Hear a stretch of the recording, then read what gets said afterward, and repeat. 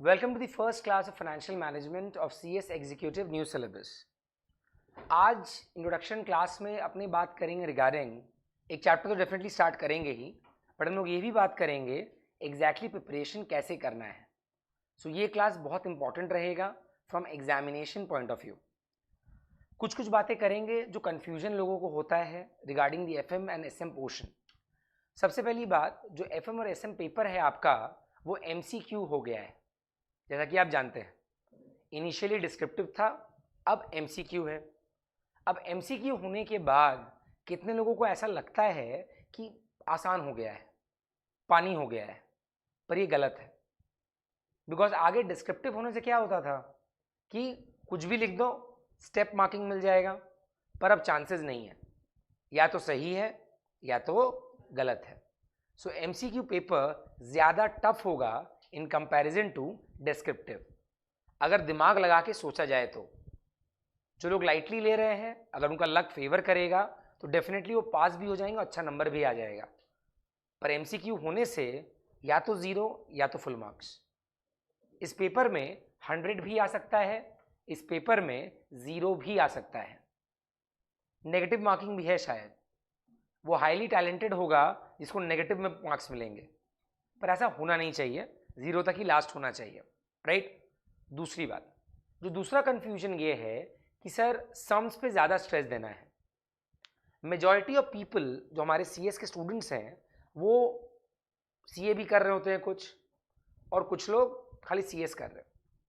अब जो लोग सीए कर रहे होते हैं वो बोलते हैं सर अगर हम सीए वाला प्रिपरेशन कर रहे हैं क्या वो सफिशिएंट है मेरा सीएस के लिए।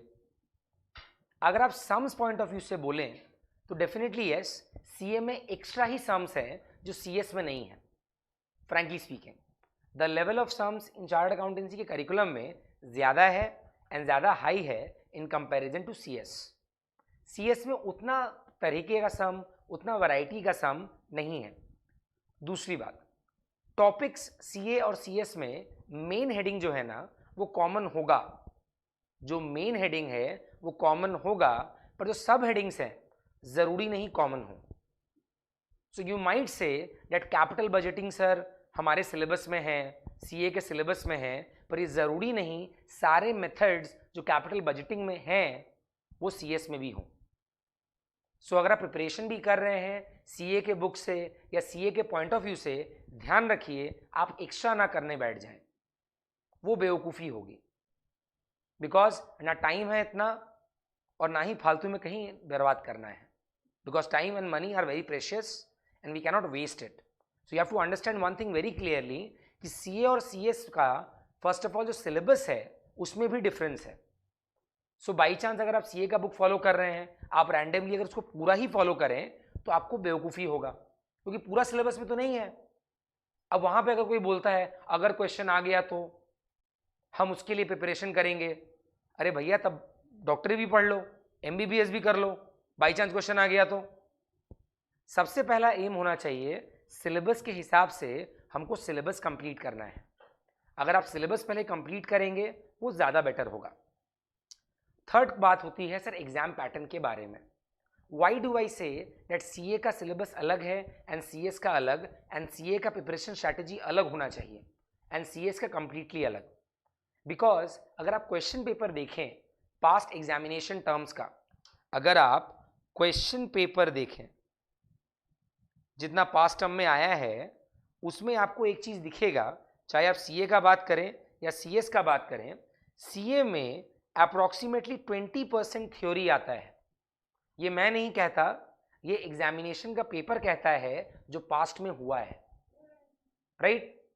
और जहाँ सीएस की बात आती है वहाँ पे एक्चुअली 50-50 होता है, या कितनी बार थ्योरी ज़्यादा आता है। समझ रहे बात को। सो मैं क्या बोल रहा हूँ उस पर भरोसा करने का दरकार नहीं है, just refer past papers.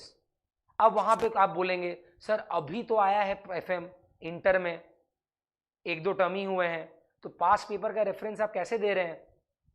Inter में एफएम पहली बार आया होगा, पर सीएस फाइनल के ओल्ड सिलेबस में एफएम ऑलरेडी था, यानी इंटर वालों के लिए एफएम नया होगा, पर सीएस फाइनल ओल्ड सिलेबस के लिए एफएम तो ऑलरेडी था ना। तो खाली सब्जेक्ट को उठा के फाइनल से इंटर में पटक दिया गया है।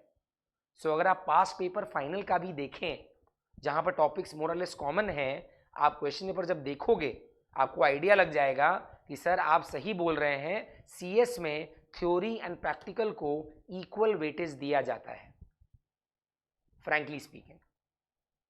अब यहां पे कितनी बार क्या होता है ना कि कितनी बार कुछ लोग बोल देते हैं जो लोग सीएस के पैटर्न से नहीं पढ़ा रहे होते या फिर सीएस में सीएस का बैच मिक्स है कि सम ज़्यादा आएगा, एंड अगर आप उनकी कॉपी भी रेफर करते हैं उनका स्टार्ट होता है सम से, खत्म होता है सम्स पे, जो सीए के लिए परफेक्ट है। बिकॉज जैसे मैंने आपको बताया सीए में 20% थ्योरी है। अपने भी जब पढ़ रहे थे तो अपने क्या करते थे स्ट्रेट अवे कि भैया थ्योरी लास्ट में करेंगे, 80 मार्क्स का तो सम आएगा, तो भैया प्रैक्टिकल सम्स को पूरा तगड़ा तरीके से करो। समझ रहे बात को? पर सीएस में जब इक्वल वेटेज है, अगर आप थ्योरी को नेग्लेक्ट करते हैं तो कैसे होगा? तो ये बात आपको भूल जाना है कि सर थ्योरी बाद में करेंगे। जिन लोगों को सम्स कम समझ में आता है या प्रैक्टिकल कम दिमाग लगता है, थ्योरी पे स्ट्रेस ज़्यादा देंगे, राइट? पर थ्योरी तो इक्वली है, तो थ्योरी को लाइटली नहीं लिया जा सकता। ये बात आप लोग जान लीजिए। अगर आपको थ्योरी पसंद नहीं है तो खाली 50 मार्क्स के सम में या 50% वाले सम में आप कैसे करिएगा, ये सवाल बड़ा इंपॉर्टेंट है। तो सीए में चल जाता है, पर सीएस में थ्योरी को इक्वल वेटेज देना ही पड़ेगा। अगर आप बोलते हैं सर न्यू सिलेबस में ऐसा कहाँ लिखा हुआ है, सबसे पहली बात, किसी भी इंस्टीट्यूट ने चाहे सीए का बोलो या सीएस का बोलो, बोला नहीं है कि मेरा क्वेश्चन पैटर्न क्या होगा। ये जो मैं बता रहा हूँ या कोई और बताता है, ये सब पास्ट एग्जामिनेशन के पैटर्न और उसके एक्सपीरियंस पे है। बिकॉज इंस्टीट्यूट ने कहीं लिख के नहीं दिया कि हम थ्योरी देंगे या प्रैक्टिकल देंगे। 10-15 साल में एक बार हो सकता है कि प्रैक्टिकल ज़्यादा आ जाए, अभी तक तो सीएस में नहीं है, मैं सीएस की बात कर रहा हूँ। ना सीए ने लिख के दिया ना सीएस ने लिख के दिया है। पास्ट एक्सपीरियंस का पेपर्स देखो, आइडिया लग जाएगा रेस्पेक्टिव इंस्टीट्यूट का मेंटालिटी क्या है। एग्जाम पास करने का पहला नियम यही है, नीड टू अंडरस्टैंड जो आपका रेस्पेक्टिव इंस्टीट्यूट है वो किस तरह का क्वेश्चन दे रहा है, किस चीज़ पे स्ट्रेस दे रहा है, एंड कहाँ से क्वेश्चन आ रहे हैं। अगर मैं new syllabus point of view से भी जाऊँ, 2 या 3 टर्म आपके डिस्क्रिप्टिव हुए हैं, एमसीक्यू तो अभी से स्टार्ट होगा दिसंबर से, तो आप वहाँ देखोगे क्वेश्चन नंबर 1 और क्वेश्चन नंबर 3 या 2 क्वेश्चन ऐसे होंगे जो कंपलसरी थ्योरी क्वेश्चन है, यानी ऑप्शन दिया गया है चूज करने का सम्स में, थ्योरी में नहीं। अगर आप पास 2 टर्म का पेपर उठा लो और क्वेश्चन का इंस्ट्रक्शन प्रॉपर्ली पढ़ो, आप देखोगे क्वेश्चन नंबर 1 या question number 3 compulsory theory question है, जहां पर थ्योरी से बचा नहीं जा सकता। ये फैक्ट बात है। तो एक बात वहां से भी क्लियर हुई कि इंस्टीट्यूट ने अपना पूरा माइंडसेट क्लियर कर लिया था कि बेटा थ्योरी से तो बचने नहीं देंगे, तुम सम्स में ऑप्शन देख लो। तो यानी जो बच्चे सिर्फ सोच रहे हैं कि सम्स करके हम चले जाएंगे, दिक्कत तो होनी है। तो सीएस पॉइंट ऑफ व्यू से वेरी इंपॉर्टेंट कि आपको थ्योरी एंड प्रैक्टिकल दोनों पे इक्वल वेटेज देना पड़ेगा। एंड हमारे इस क्लासेस के दौरान अपने थ्योरी पहले बताएंगे, बिकॉज आपका बेस क्रिएट होगा थ्योरी से। विदाउट नोइंग द थ्योरी अगर आप प्रैक्टिकल बनाना शुरू करते हैं सिर्फ टर्म्स जान के, वो इनकम्प्लीट नॉलेज है। ये बात आप क्लियर करिए, वो इनकम्प्लीट नॉलेज है। That is the difference between a CA का स्टूडेंट एंड सीएस का student when it comes to our classes और एनी टीचर जो सीएस डेडिकेटेड बैच चलाता है। सीएस के बच्चों को बेस से पता होगा ऐसा क्यों हो रहा है एंड इसका आउटकम क्या है। सीए के बच्चों को सम पता होगा, और हम लोग सीएस का एग्जाम दे रहे हैं तो हमको अपने एग्जाम के हिसाब से प्रिपरेशन करना चाहिए। नंबर 4, हमारी क्लासेस के दौरान हमको इंस्टीट्यूट का मैट का सबसे ज़्यादा दरकार है। क्यों? बिकॉज हम लोग इंस्टीट्यूट के मैट से ही पढ़ाते हैं। सो कभी भी आप क्लास के लिए आए तो आपको इंस्टीट्यूट का मैट लेके आना है, ये ना भूलें, राइट? जो पेनड्राइव क्लास वाले हैं उनको हमने ऑलरेडी एक दूसरे तरह का मैट देने का सोचा है, क्योंकि क्या होता है ना, ओवर द पीरियड इंस्टीट्यूट अपना मटेरियल शफल करता है, क्योंकि एफएम में कोई चेंज अमेंडमेंट आता नहीं है बॉस। जो मेरे टाइम पे था आज भी वही है, लॉ थोड़ी है, अमेंडमेंट में कुछ नहीं आता। तो इंस्टीट्यूट क्या करता है, पेजों को शफल करता है। तो हमने क्या किया, इंपॉर्टेंट पैराग्राफ्स उठाकर अपना खुद का एक मैट बना लिया, जहां पर बीच बीच में मैंने प्रैक्टिकल सम्स डाले, ताकि थ्योरी किया सम्स बनाया, थ्योरी किया सम्स बनाया, ताकि आपका फ्लो एक साथ का रहे। तो कहीं पर भी आपको ऐसा ना फील हो कि मेरे को इसका थ्योरी ही नहीं पता तो हम सम्स कैसे बना लिए, बिकॉज सम्स बनाने में बड़ी बात नहीं है, but keeping in mind the exam pattern जहां थ्योरी को इक्वल वेटेज दिया जा रहा है, बिना थ्योरी जाने का सम्स बनाते हो दिक्कत होगा। एंड क्वेश्चन थोड़े इंटेलेक्चुअल भी आते हैं, कभी कभी कमेंट भी पूछता था डिस्क्रिप्टिव वाले पेपर में, राइट। अब पहली बात यह कि हम लोग इंस्टीट्यूट के मैथ से पढ़ेंगे, पूरा कवरेज वहीं से होगा। इंस्टीट्यूट के मैथ से पढ़ने का एडवांटेज क्या है, ना कुछ एक्स्ट्रा करेंगे स्टार्टिंग में, ना कुछ छूटेगा। अब यहाँ पे क्या होता है, जो मैंने देखा है बाकी स्टूडेंट्स के साथ जो कंबाइन वे में पढ़ते हैं CS के साथ, वो कितनी बार लीजिंग का ना पूरा फुल चैप्टर करते हैं। लीजिंग एक कंसेप्ट है, 4-4, 5-5 क्लास का चैप्टर करते हैं, राइट। अगर तुम अपना इंस्टीट्यूट का मैथ उठाओ या फिर एक काम करो, ऑनलाइन मैथ निकाल लो एकेडमिक कॉर्नर से और कंट्रोल F करो, वहाँ लीजिंग लिखो, तुमको दिखेगा प्रोजेक्ट फाइनेंस बोल के एक चैप्टर है जहाँ पर छोटा सा थ्योरी पोर्शन दिया है और कुछ नहीं दिया हुआ है लीजिंग के बारे में। समझ गए बात। तो CS में लीजिंग उतना नहीं है जितना CA में है, पर क्या होता है अपने 4-5 क्लास अगर उसमें वेस्ट कर दें तो खुद पढ़ेंगे कब, राइट। तो इंस्टीट्यूट के मैथ से पढ़ने का एडवांटेज ये है कि एग्जैक्टली सिलेबस क्या है अब वो कवर करते हैं। अगर बाई चांस उसके अलावा बाहर से कुछ आ जाए तो आपका लक खराब है, और लक खराब होने पे कुछ भी कहीं से भी आ सकता है। पर अगर आपने आपको पास करना है, आपको अच्छे से प्रिपेयर करना है, तो इंस्टीट्यूट के मैथ से बेटर कुछ नहीं होता। समझ गए बात। दूसरी बात यहां पे क्या है ना, सबसे इंपॉर्टेंट चीज, कितने लोग बोलते हैं सर इंस्टीट्यूट का math up to the mark नहीं है, स्टैंडर्ड नहीं है, वो फॉलो मत करो, है ना तेना, राइट। कुछ सब्जेक्ट्स के लिए हो सकता है बिकॉज अमेंडमेंट्स आते हैं, चेंजेस होती हैं, राइट। पर अब over the period of time में देखा गया है इंस्टीट्यूट का मटेरियल बेटर ही हो रहा है, and with the passage of time institute is coming up with materials which are good, समझ में आता है एंड ईजी है। और आपको सबसे बड़ा एडवांटेज क्या मिलता है, जो इंस्टीट्यूट क्वेश्चन पेपर बना रहा है वही का सिलेबस एग्जैक्टली आप कवर करते हैं। सो ना कुछ छूटता है ना कुछ एक्स्ट्रा होता है, राइट। सो मेरी सलाह रहेगी ना कि सिर्फ इस सब्जेक्ट के लिए, बल्कि कोई भी सब्जेक्ट आप पढ़ते हैं, चाहे कहीं भी कोई भी टॉपिक कराया जाता है, एक बार इंस्टीट्यूट का मैथ साइड बाय साइड जरूर देखते हुए चलें। बिकॉज पास्ट एक्सपीरियंस कहता है मेजॉरिटी ऑफ बच्चे ब्लाइंडली भरोसा कर लेते हैं बातों में और इंस्टीट्यूट का मैथ खोलते ही नहीं है। क्या बोलते हैं, एक बार पहले ये तो खत्म हो जाए, आप जहां भी ABCD के पास पढ़ रहे हैं ये तो खत्म हो जाए, उसके बाद हम इंस्टीट्यूट का मैथ खोलेंगे। जब तक खोलते हैं देर हो जाती है और फिर क्या लगता है, अरे इतना तो छूट जाएगा, इतना तो हो भी नहीं पाएगा, चलो इसको छोड़ दो, जितना किए वही करके जाएंगे। और कितनी बार ऐसा हो जाता है ना कि कुछ एक्स्ट्रा पढ़ लिया जो है ही नहीं, वो टॉपिक ही नहीं था, हमने 3-4 क्लास वेस्ट कर दिया। तो इंस्टीट्यूट का मैथ रेफर करना बहुत ज़रूरी है।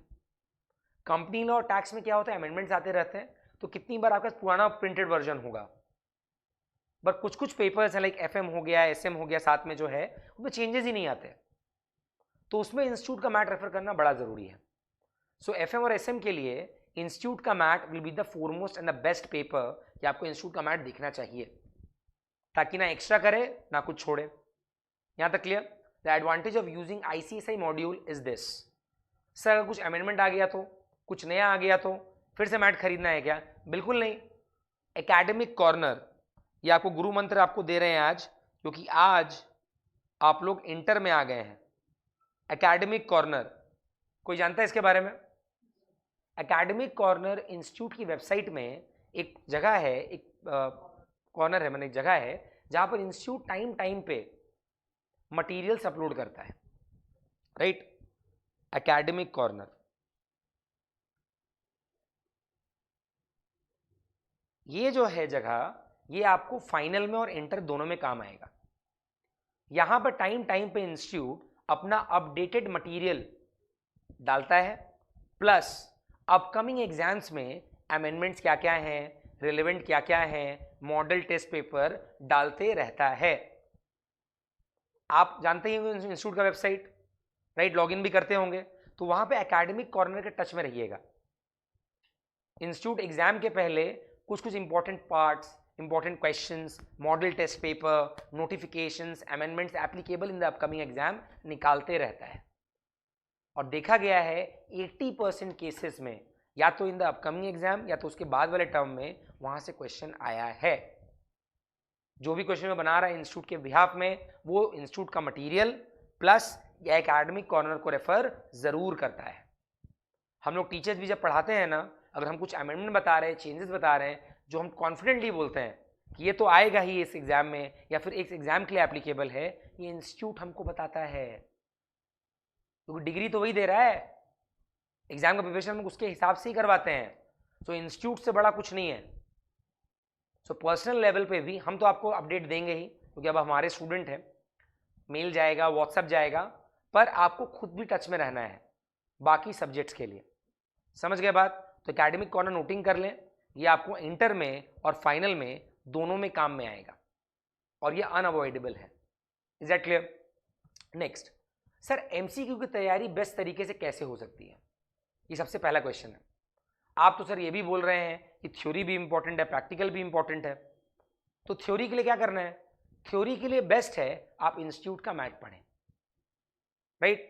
जब आप क्लासेस के दौरान हमारे साथ पढ़ेंगे, हम इंस्टीट्यूट का मैथ मेजरली रीड करेंगे साथ में और मार्किंग भी करेंगे। और एमसीक्यू का बेस्ट फंडा होता है, हाथ में एक पेंसिल होनी चाहिए, रीड करें और खुद से ब्रैकेट आउट कर लें जहां से आपको लग रहा हो कि क्वेश्चन आ सकता है। तो सर पैराग्राफ्स याद करने पड़ेंगे क्या? बिल्कुल भी नहीं, डिस्क्रिप्टिव नहीं है ना। कितने सारे ऐसे लोग हैं जो समझ ही नहीं पाते, सर थ्योरी इंपॉर्टेंट रट लेते हैं। अरे पैराग्राफ क्यों याद करने जाओगे? एग्जाम में डिस्क्रिप्टिव है क्या? क्या ये स्मार्ट स्ट्रैटेजी है? बिल्कुल नहीं। आपको टर्म्स याद रखने हैं, आपको टेक्निकल वर्ड्स अंडरलाइन करने हैं, आपको पैराग्राफ्स अंडरलाइन करना है। समझ रहे बात को? बिकॉज जब ऑप्शन आएगा 2 वर्ड 3 वर्ड या फिर एक पूरा सेंटेंस आएगा, पैराग्राफ तो नहीं देगा वो। समझ रहे हो कि नहीं समझ रहे हो? बिकॉज पेजेस बढ़ जाएंगे, इतना मोटा क्वेश्चन पेपर कहां से देगा? तो बेस्ट तरीका है एमसीक्यू प्रिपरेशन का कि हम लोग टर्म्स अंडरलाइन करें, लाइन्स अंडरलाइन करें, टेक्निकल वर्ड्स अंडरलाइन करें। बिकॉज जब हम लोग इंग्लिश भी बोलते हैं ना, we don't learn words like is, are, we, वो तो ऑलरेडी माइंड में फिट है। अपने स्पेसिफिक वर्ड्स का इस्तेमाल करते हैं जो हम याद रखते हैं, बाकी तो स्पॉन्टेनियस आता है। Do you understand that? समझ गए बात यहां तक? So what we have understood that theory and practical both are important from CS point of view. अब यहां पे हमने आपको 2-3 किताबें दी हैं। सबसे पहला देखो, ये है एफएम का मैट। पहले जान तो लो पढ़ना कैसे है। मैट दे दिया, तीनों बस रट लोगे, राइट? ये मैट जो है ये बहुत इंटरेस्टिंग है, हम लोगों ने बहुत मेहनत करी थी इसके पीछे। बिकॉज अभी तक अगर आप देखेंगे ना, ऑनलाइन भी खोजने जाएं एफएम एमसीक्यू मैट, चाहे कितने सारे ऑनलाइन पोर्टल से जो बेचते हैं, आपको मेरा ही मैट मिलेगा और कोई टीचर नहीं निकाला है। अगर सीएस वाले टीचर हैं वो अभी भी बोल के रखे हाँ निकालेंगे, निकाल रहे हैं, राइट? और कितने टीचर्स तो हमसे ही खरीद रहे हैं, ऑनलाइन पोर्टल में जाके ऑर्डर प्लेस कर रहे हैं, आदमी आके ले जा रहा है, पता चल जाता है, स्टूडेंट ही आके बताता है कि वो स्टूडेंट आके उसको दिखा के आया है, राइट? अब हमारे मैट का एडवांटेज क्या है इसमें? फर्स्ट ऑफ ऑल जो आप 3 हेडिंग देख पा रहे हैं, आईसीएसआई चैप्टर वाइज और ऑनलाइन। अब पहली बात यह है, हमने खुद 80% क्वेश्चन जो इसमें है, एफएम में हमारे 1000+ क्वेश्चन हैं, राइट? 80% क्वेश्चन जो है हमने इंस्टीट्यूट का मैट खुद पढ़ के बनाया है, यानी एक एक लाइन पढ़ा है, इस लाइन से ये क्वेश्चन बन सकता है, डाल दिया, इस लाइन से क्वेश्चन बन सकता है, डाल दिया। तो जो 80% क्वेश्चन मैंने इसमें डाला है किसी ऑनलाइन प्लेटफॉर्म पे नहीं मिलेगा। क्यों? बिकॉज आईसीएसआई मॉड्यूल से अभी तक कोई एफएम का क्वेश्चन आया नहीं है। तुम खुद गूगल सर्च कर लो एफएम बोल के, चैप्टर वाइज में क्वेश्चन मिल सकते हैं, पर आईसीएसआई मॉड्यूल बेस्ड क्वेश्चन नहीं मिलेगा, बिकॉज ये रिक्वायरमेंट कभी था ही नहीं, तो किसी ने बनाया नहीं। सर आप ऐसे ही बोल रहे हैं, ये तो मजाक कर रहे हैं आप बोलने के लिए बोल रहे थे, बहुत टीचर्स बोलते हैं। जब तुम एक मैट को पढ़ोगे ना क्वेश्चन वाइज और इंस्टीट्यूट का वही चैप्टर का मैट देखोगे इंस्टीट्यूट के बुक से, तुमको लाइंस तक कॉमन मिलेंगे। मैंने बाएं दाएं कुछ किया ही नहीं, पूरा लाइन उठा के डाल दिया है। अगर फिल इन द ब्लैंक्स दे वो लाइन उठा के डाल दिया है। तुम पढ़ते वक्त ही समझ जाओगे कि जो मैं क्लेम कर रहा हूं कि आईसीएसआई मॉड्यूल से देख के बनाया है वो गलत नहीं है। सर ये हुआ 80%। सर 20% देखो नीचे लिखा है add ons important online available MCQ. अब हम लोग का क्या है ना, दिल मांगे मोर, पेप्सी का है ना, राइट? हमको और चाहिए सर। तो हमने क्या किया, हमने खुद भी ऑनलाइन सर्च किया। जो बाकी टीचर्स अभी कोशिश कर रहे हैं बाएं दाएं करके, हम लोग भी ट्राई किए कि कुछ एमसीक्यू निकालते हैं। वहां भी हमको बहुत सारे एमसीक्यूज मिले, तो हमने उनसे कुछ सेंसिबल एमसीक्यूज निकालकर जो हमको इंपॉर्टेंट लगा वो लास्ट की तरफ एड ऑन्स वाले सेक्शन में डाल दिया। तो आपको एडवांटेज क्या है, इंस्टीट्यूट का मैट भी कवर है, ऑनलाइन अगर हम खुद भी खोजने जाते हैं तो हमने इंपॉर्टेंट खोज लिया है और उसको कंपाइल करके हमने ये मैट बना लिया। सो 80% हमारा खुद का है, 20% ऑनलाइन है, जो हमने साफ साफ लिख भी दिया है, इसमें कोई डबल राय नहीं है। और जब आप इंस्टीट्यूट का मैट पढ़िएगा फिर जब उसको सॉल्व करिएगा आपको समझ में आएगा, ठीक। और ये मैट आईसीएसआई के बेसिस में किसी के पास नहीं होगा।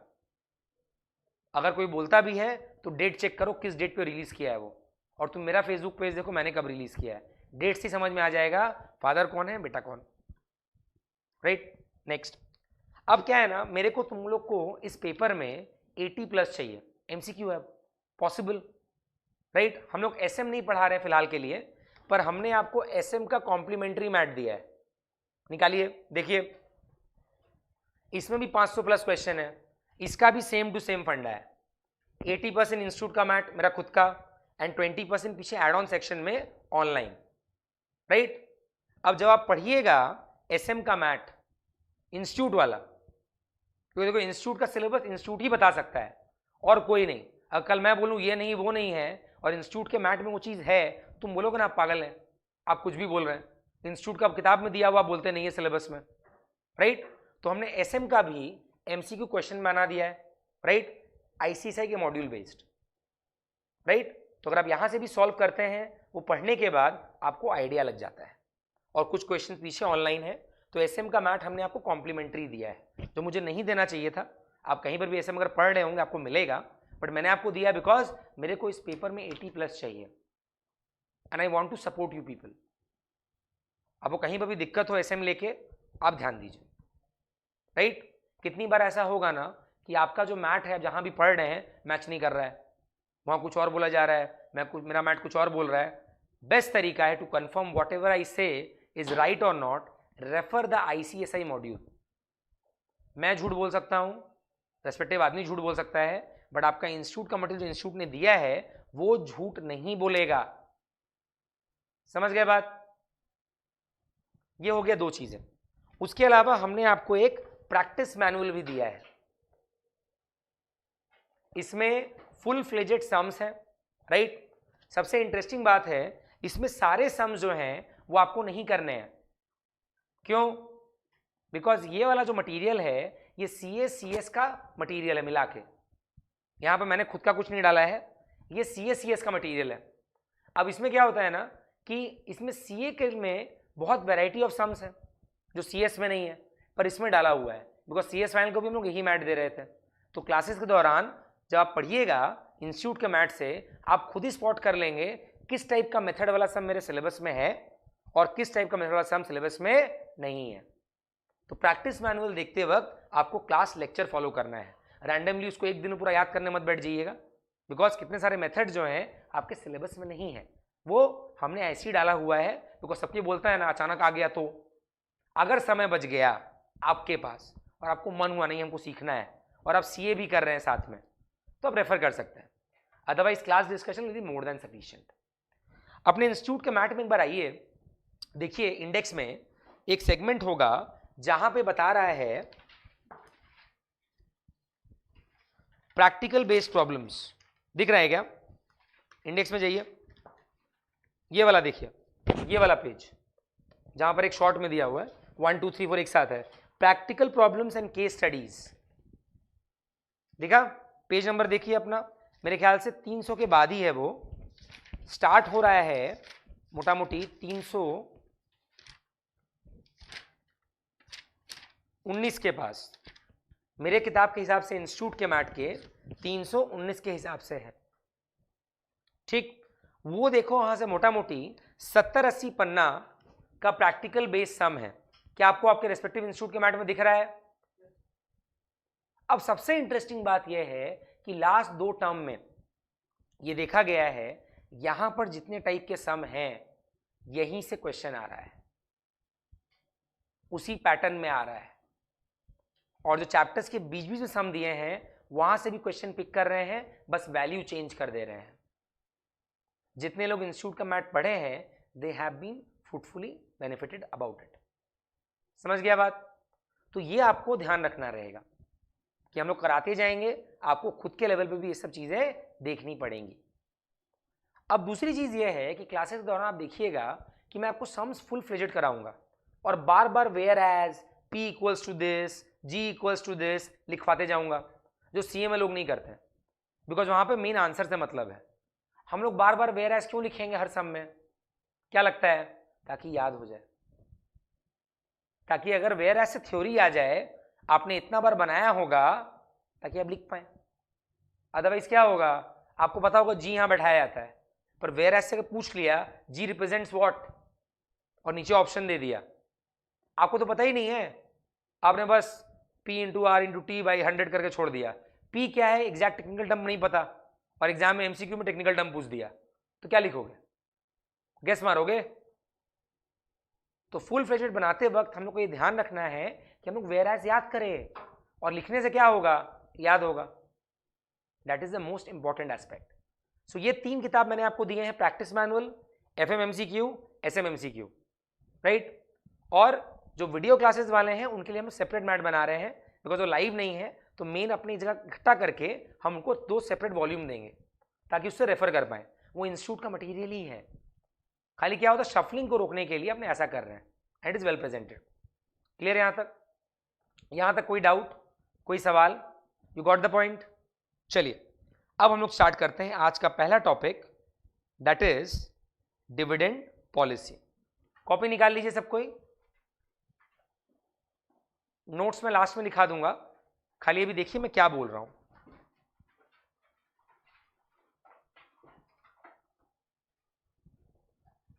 डिविडेंड पॉलिसी, डिविडेंड क्या होता है, कोई आइडिया? शेयर्स होल्डर लोग को जो डिविडेंड देती है कंपनी। इसको जानने के पहले हम जानेंगे इन्वेस्टमेंट क्या होता है।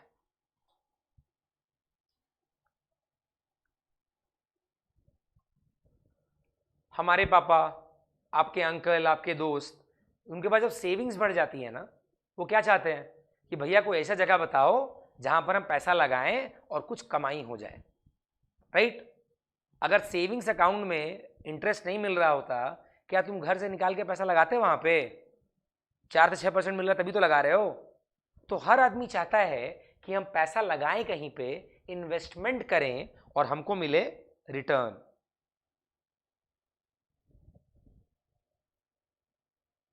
ठीक, हमको मिले रिटर्न। वैसे ही जब आदमी इन्वेस्टमेंट करता है शेयर्स में, वैसे ही जब आदमी इन्वेस्टमेंट करता है शेयर्स में, वो क्या एक्सपेक्ट करता है? रिटर्न चाहिए। मैं 100 रुपया लगाऊं भाई, मेरे को 120-130 का फायदा चाहिए, जितना ज्यादा मिले उतना अच्छा। Got the point? सो यहां पे जब इन्वेस्टमेंट शेयर्स में होता है, typically we are talking about in this chapter equity share. कौन सा शेयर? एकदम। सो इक्विटी शेयर में जो पैसा लगाते हैं, हम भी चाहते हैं हमको रिटर्न आए। 2 तरह का, एक है डिविडेंड के इनकम के रूप में और एक होता है capital appreciation. CMA chartered accountancy नहीं, कैपिटल एप्रिसिएशन। कितना तरह का इनकम? 2, एक होता है डिविडेंड के फॉर्म में और एक होता है कैपिटल एप्रिसिएशन। क्या कोई मेरे को बता सकता है कैपिटल एप्रिसिएशन क्या होता है? क्या बोल रहे हैं? कैपिटल में इंक्रीज हो जाना। बाकी को समझ में आएगी? समझाना है? समझ में नहीं आया होगा। मान के चलो एक आदमी एक्स है, एक आदमी एक्स है, उसने क्या किया, आईटीसी का 300 शेयर्स खरीदा एट द रेट 100 रुपया। एक्स ने क्या किया, आईटीसी का 300 शेयर्स खरीदा एट द रेट 100 रुपया, तो यानी कितना पैसा लगाया? 30,000 रुपए।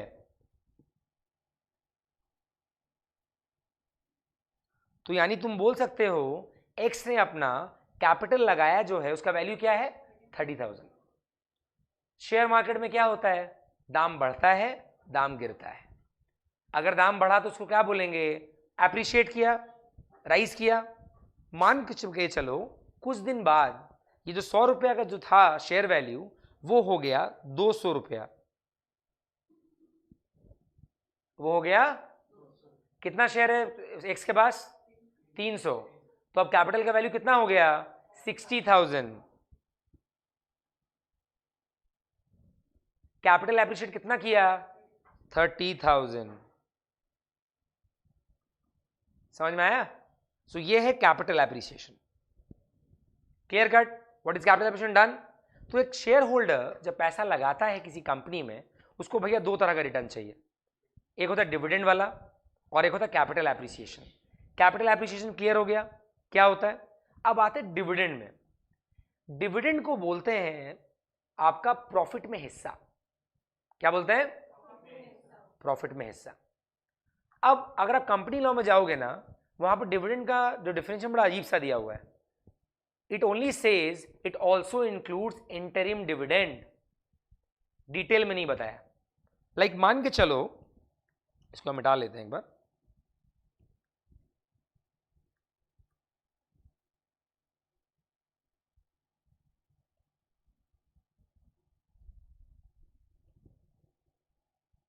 मान के चलो एक कंपनी ने एक साल में 5 करोड़ रुपए कमाए। कमाए का मतलब जब मैं बोलूं, इसका मतलब प्रॉफिट की बात कर रहा हूं। प्रॉफिट कैसे आता है? सारा खर्चा निकालने के बाद, टैक्स पे करने के बाद। अब ये 5 करोड़ जो प्रॉफिट है, ये प्रॉफिट कंपनी का है, राइट? कंपनी किसकी है? डायरेक्टर्स की या शेयर होल्डर्स की? एकदम, because directors are the management, they are not the owners. ये पता है ना अपने को, राइट? अब जो मैनेजमेंट है ये उसके ऊपर है, या तो वो पूरा 5 करोड़ रुपया बांट दे या फिर रख ले कहीं यूज करने के लिए, बिजनेस के लिए।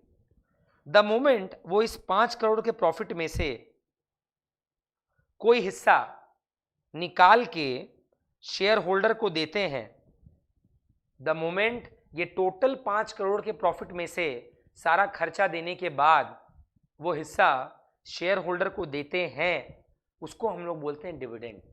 क्या बोलते हैं? और कैपिटल एप्रिसिएशन क्या है? मैंने माल खरीदा, कैपिटल, मार्केट में दाम बढ़ा शेयर्स का और मेरा वैल्यू बढ़ गया। Is that clear? Do we understand what is capital appreciation and what is dividend income? यहां तक हम क्लियर है? कोई दिक्कत? गुड। अब सवाल ये उठता है, आप ये पढ़ेंगे अपनी लॉ क्लासेस में, आप जहां भी ले रहे हैं वहां पर आपको बताया जाएगा that dividend is not compulsory. That dividend देना इज नॉट कंपल्सरी। जो लोग बीकॉम कर रहे हैं उन्होंने पढ़ा होगा अपने फर्स्ट ईयर या सेकेंड ईयर के स्टार्टिंग में, कंपनी लॉ वाले में, जहां पर साफ साफ बोल दिया गया कि डिविडेंड देना कंपल्सरी नहीं है। आज हम एक ऐसी बात करने वाले हैं जो एफए में यूजुअली लोग बात ही नहीं करते, उनको मतलब ही नहीं, सम सॉल्व करना है, राइट? जब डिविडेंड देना कंपल्सरी नहीं है, तुमको लगता है कोई पैसा देगा?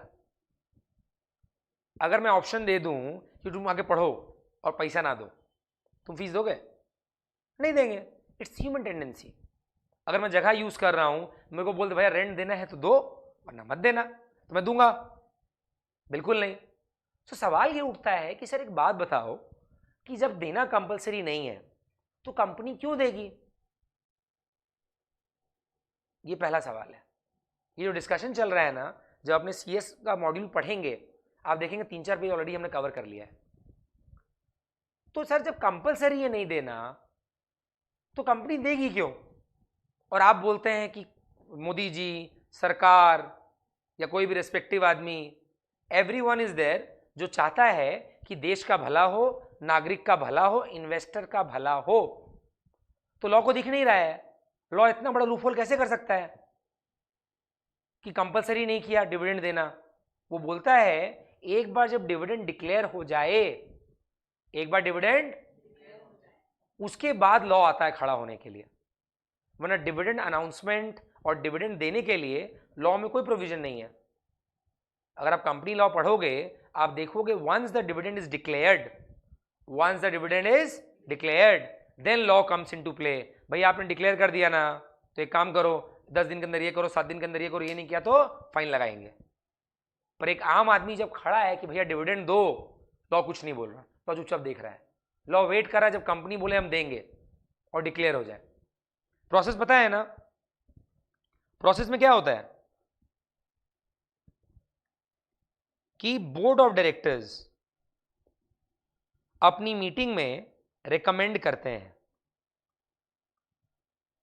बोर्ड ऑफ डायरेक्टर्स अपनी मीटिंग में रिकमेंड करते हैं ताकि बाकी बोर्ड ऑफ डायरेक्टर्स कहते हैं ठीक है सर, इस बार 5 करोड़ रुपया कमाए हैं, हमको लगता है इस बार शेयर होल्डर्स को गिफ्ट देना चाहिए।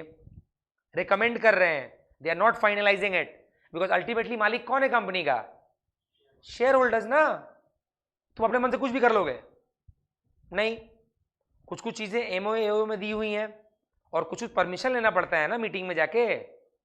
याद आ रहा है कि नहीं याद आ रहा है? तो अपने बोर्ड ऑफ डायरेक्टर्स की मीटिंग में दे रिकमेंड, सब कोई वोट करते हैं, हाँ भैया सारे डायरेक्टर्स मेजॉरिटी करते हैं, ठीक है अपने देंगे। अब वहां से रिकमेंडेशन के बाद वो टॉपिक आता है नीचे मीटिंग में, चाहे जनरल मीटिंग हो, एजीएम हो, सो ऑन। अब मीटिंग में डायरेक्टर आके खड़ा होता है डायस पे और बोलता है शेयर होल्डर्स को, शेयर होल्डर्स हम बोर्ड ऑफ डायरेक्टर्स ने डिसाइड किया है कि हम लोग आपको इस साल 5 करोड़ के प्रॉफिट में से कुछ हिस्सा डिविडेंड के तौर पे देंगे और हम लोग आपको 10% डिविडेंड देंगे। एक एग्जांपल दे रहा हूं, जहां मैंने बोला शेयर होल्डर्स ने वोट किया, शेयर होल्डर अग्रीड कि सर 10% में दे दो, कोई दिक्कत नहीं है। जहां उन्होंने वोटिंग करके कंफर्म कर दिया, we say that dividend is declared. Do you understand? Dividend is declared when it is not declared when the board of directors decide, it's declares when the meeting में नीचे आता है और कंफर्म हो जाता है, they vote in favour, right? तब होता है डिक्लेयर्ड। जब इस मीटिंग में डिक्लेयर हो गया तब लॉ आके सामने खड़ा हो जाता है कि भैया देखो डिक्लेयर हो चुका है, अब मैंने ये नियम बनाए हैं, तुम फॉलो करो। इसके पहले लॉ ने कुछ नहीं बोला, लॉ एकदम चुप है। लॉ बोलता है आप डायरेक्टर हैं, आप डिसाइड करो क्या करना है। सवाल अब घूम के वही आया कि सर जब लॉ आ रहा है डिक्लेयर होने के बाद और उसके पहले कुछ नहीं है, और हमको सर एकदम अच्छे से पता है कि जब पैसे ना देने का ऑप्शन हो हम क्यों दें, तो कंपनी तब भी क्यों देती है? क्या लगता है क्यों देती होगी? कुछ तो लॉजिक होगा। लॉ के पूरा अलग है कि जब हम लोग खाली याद कर लेते हैं not compulsory, not compulsory, not compulsory. अरे पर क्यों, राइट? तो जब देने का ऑप्शन नहीं है, नहीं भी दे सकते हैं, तो कंपनी क्यों देगी सर? क्या लगता है कंपनी क्यों देगी?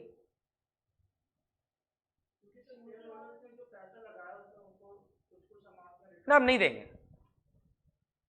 जब ऑप्शन है, भरोसा बोल के कुछ नहीं होता है, जहां पैसा है भरोसा नहीं है। हिंदी पिक्चरों वाला सीन नहीं है बॉस।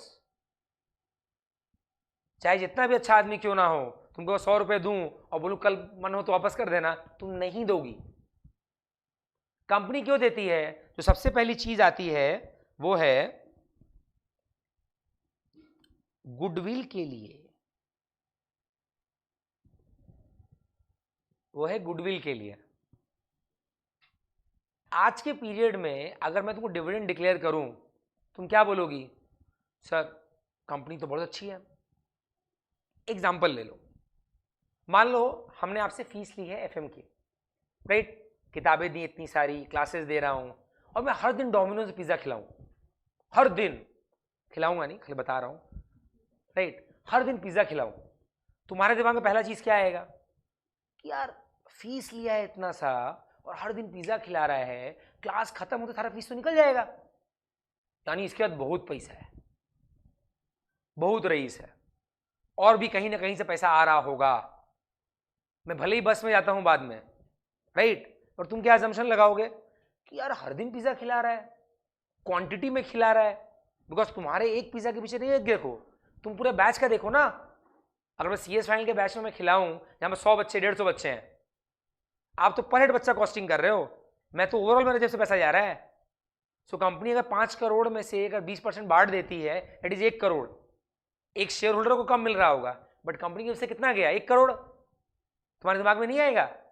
तो तुम देखो कि सर हर दिन पिज्जा खिला रहे हैं, फीस जितना लिया उतना तो रिकवर हो गया, तो क्या दिमाग में आएगा कि सर पक्का रईस है, सर का और भी सोर्स ऑफ इनकम है, ये है वो है ना, था ना? और मैंने कहीं कुछ नहीं बोला है, तुमने अजम्पशन लगाया। गुडविल वैसे ही होता है। द मोमेंट कंपनी ने तुमको 5 करोड़ में से 1 करोड़ रुपए दे दिया, मार्केट को क्या लगने लगता है? यार गजब, कंपनी 1 करोड़ रुपए डिविडेंड बांट दी, यानी कंपनी का तो और भी कैश पड़ा होगा। या फिर और कैश आने वाला होगा, या कंपनी को कोई पैसा देने वाला खड़ा है इसलिए कंपनी बेखौफ पैसे बांट रहा है। ये अच्छी चीज, अच्छी न्यूज है कि खराब न्यूज है? अच्छी न्यूज है। शेयर होल्डर क्या बोलेगा? भाई और शेयर खरीद, और शेयर खरीद। बिकॉज आज अगर तुम्हारे पास 10 रुपया है और तुमको परसों कहीं जाना है, वहां 5 रुपये लगने वाले हैं, तुम आज 10 रुपये खर्चा करोगे? नहीं करोगे। पर अगर आज तुमको पता है बैक ऑफ द माइंड में कि परसों लगेगा और कल पैसा आने वाला है, आज 10 रुपया उड़ा दोगे। Do you understand the practical life? तो कंपनी ने कुछ बोला नहीं, कंपनी बस डिविडेंड दे दिया।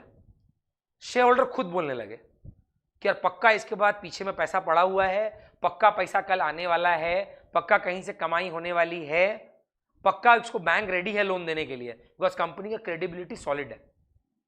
गुड न्यूज, दाम शेयर का बढ़ जाएगा। Are you getting it? Number 1 point, the solid reason for it, कि ना कंपलसरी होते हुए भी कोई कोई कंपनी क्यों देती है। नंबर 2, जैसा कि आपने बताया, हम लोग का टेंडेंसी क्या है ना, अगर तुमको 1 करोड़ रुपया भी दे दूं और लास्ट में 1 रुपया कॉइन पॉकेट से निकालूं, झोले में डाल दूं क्या 1 रुपया और? हाँ से डाल दीजिए। तुमको 1 करोड़ रुपया के बाद भी 1 रुपया चाहिए। Are you getting it? तो capital appreciation is the main motive of the shareholder. पर कंपनी अगर दे, शेयर होल्डर उसमें भी खुश, 10 रुपया दिया यार, दिया तो कुछ, आई एम हैप्पी। जब कैशबैक आता है 1000 रुपया लगाने के बाद भी 10 रुपए का, उसमें आप लोग 2 जन को दिखा देते हैं कि 10 रुपया कैशबैक आया मेरे को, उसमें जो खुशी होती है that person understands, so company also understands. समझ गया बात?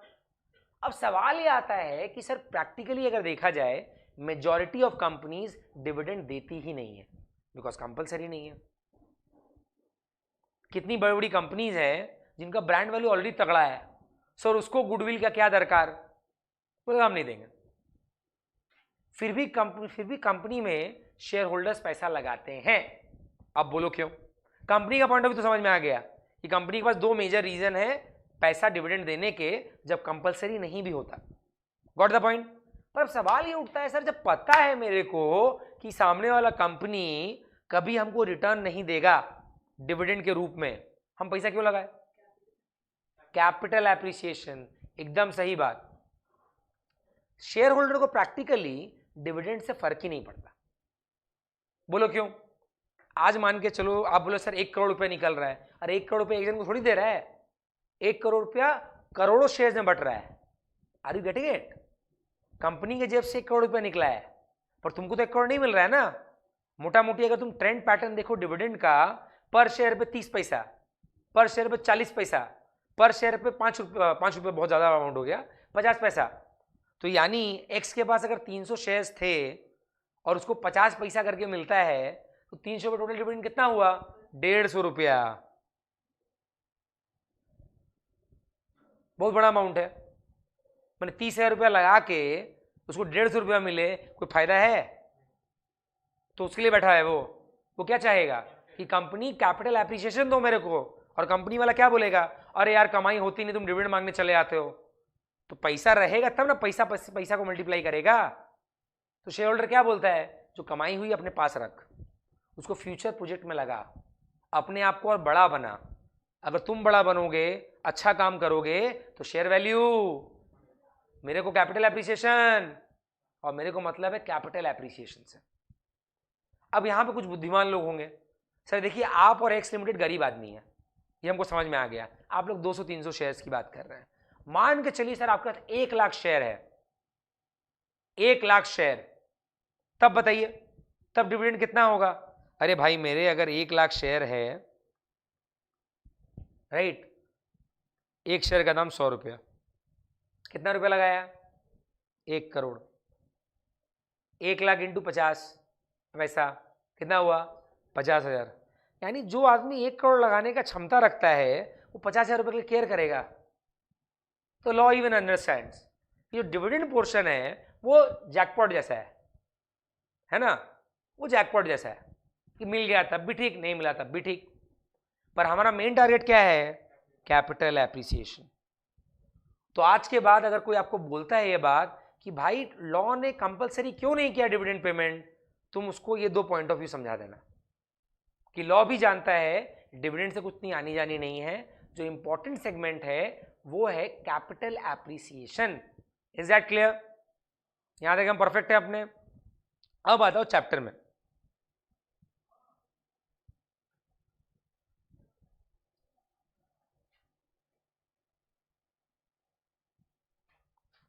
जो स्क्रीन पे आप देख पा रहे हैं ये एग्जैक्टली आपके बुक के मटेरियल पे बना हुआ है, राइट?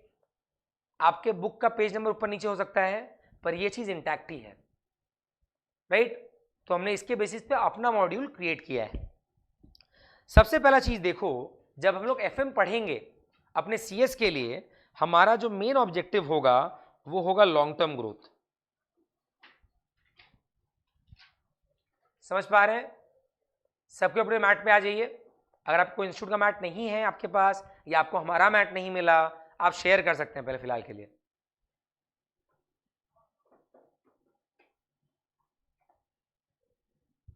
राइट?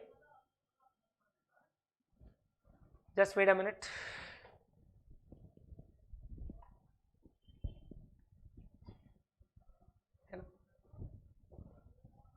ठीक। सो एक बात आप जान लीजिए कि एफएम का जो सिलेबस है उसमें हम लोग जितने सम्स बनाएंगे वो सब लॉन्ग टर्म पर्सपेक्टिव से होंगे, except the chapter of working capital. Working capital short term point of view से होता है, राइट? आ जाइए नीचे। Dividend policy determines what portion of earning will be paid out to stockholders and what portion will be remained in the business to finance long term growth। यहां पे आपको सीखनी है दो चीजें। मान के चलो एक कंपनी ने 5 करोड़ रुपए कमाए। कितने कमाए? यहां से दो फंडा आता है, एक होता है रिटेन्ड अर्निंग्स, एक होता है डिविडेंड। एक होता है रिटेन्ड अर्निंग्स और एक होता है dividend. What do you mean by retained earnings? ये टर्म नया नहीं है, बचपन से हम अकाउंट्स में पढ़ते आए हैं और बैलेंस शीट में हमने देखा भी है। What is retained earnings? Savings. Simple बात, मेरी सैलरी अगर 50,000 रुपीज है और मैं 40,000 रुपए खर्च कर देता हूं, निकाल देता हूं, जो 10,000 रुपया बचता है, दैट इज कॉल्ड सेविंग्स। और कंपनी के टर्म में उसको बोलते हैं रिटेन्ड अर्निंग्स। ठीक। इस चैप्टर में हमको ध्यान देना है डिविडेंड के बारे में। यानी कि 5 करोड़ कमाए, 1 करोड़ बांटे तो रिटर्न अर्निंग कितना हुआ? 4 करोड़। और डिविडेंड के लिए जो हमको कैलकुलेट करना होता है उसको अपने बोलते हैं पे आउट रेशियो, सॉरी पे आउट रेशियो, और इसको बोलते हैं रिटेंशन रेशियो। ये सारे टेक्निकल टर्म हैं जो सम सॉल्व करने के टाइम पे काम आएंगे और आपको इनके बारे में पता होना चाहिए। मैं वापस से रिपीट करूंगा, 5 crore is the overall profit of the company, right? Company ने डिसाइड अब करना है कि वो रिटेन्ड अर्निंग्स पूरा रखेगी या फिर कुछ पार्ट बांट देगी। देखिए हमें 3 ऑप्शंस। पहला ऑप्शन क्या है? या तो पूरा रिटेन कर लो 100%, या फिर पूरा बांट दो यानी 0% रिटेंशन, या फिर कुछ रखो कुछ बांटो। Are you getting it? यानी 5 करोड़ कमाया, या तो पूरा 5 करोड़ डिविडेंड में दे दो तो रिटेन अर्निंग कितना हुआ? 0, या फिर पूरा रिटेन अर्निंग में रखो, रिटेन अर्निंग कितना हुआ? 100% और डिविडेंड 0%, या कुछ रखो रिटेंशन रेशियो अर्निंग में और कुछ डिविडेंड में। Got the point? यहां तक क्या ये टेक्निकल पोर्शन क्लियर है? राइट? आ जाइए नीचे। सबसे पहले अपनी कॉपी निकालिए और जो मैं बोल रहा हूं नोट्स उसको लिखिए। कॉपी जैसे हम मेंटेन करने वाले हैं उसके बाद आपको लगेगा सर इंस्टीट्यूट का मैट ही नहीं छूना है, पर अब एमसीक्यू है ना, एक बार ये मटेरियल रीड करना तो जरूरी पड़ेगा ही। आ जाइए, हेडिंग दीजिए डिविडेंड पॉलिसी और लिखिए a sum of money paid by a company.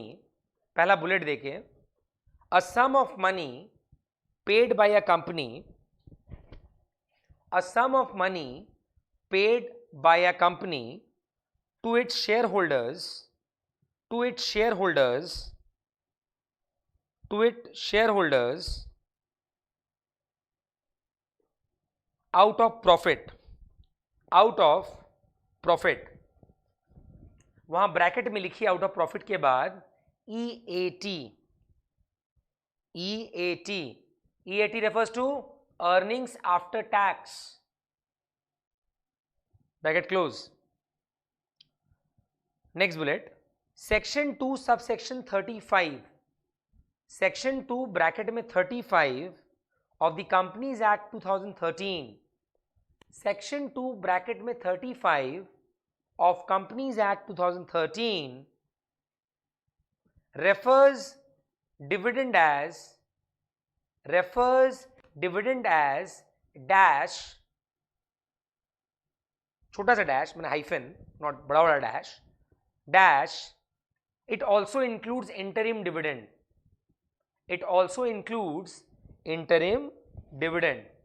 यानी अगर डेफिनेशन वाइज अगर आप जाएं आपको यही खाली बोल के छोड़ दिया जाता है, पर आई थिंक अभी तक आपके साथ जो डिस्कशन हुआ है आपको क्लियर हो गया होगा डिविडेंड क्या होता है। किसी को डाउट है क्या? होना भी नहीं चाहिए। Next heading, is dividend payment compulsory? Is dividend payment compulsory? क्या आंसर होगा? डिविडेंड पेमेंट कंपल्सरी है क्या? नो। लिख लीजिए नीचे, dividend is only paid to the share holders, dividend is only paid to the share holders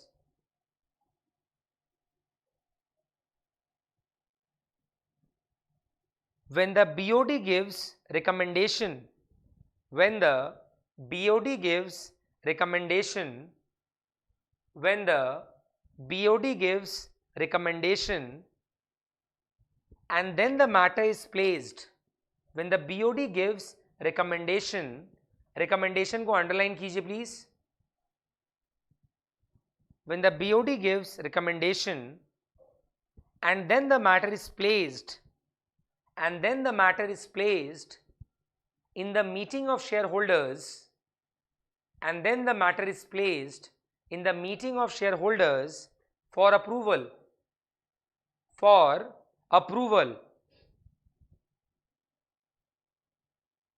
full stop.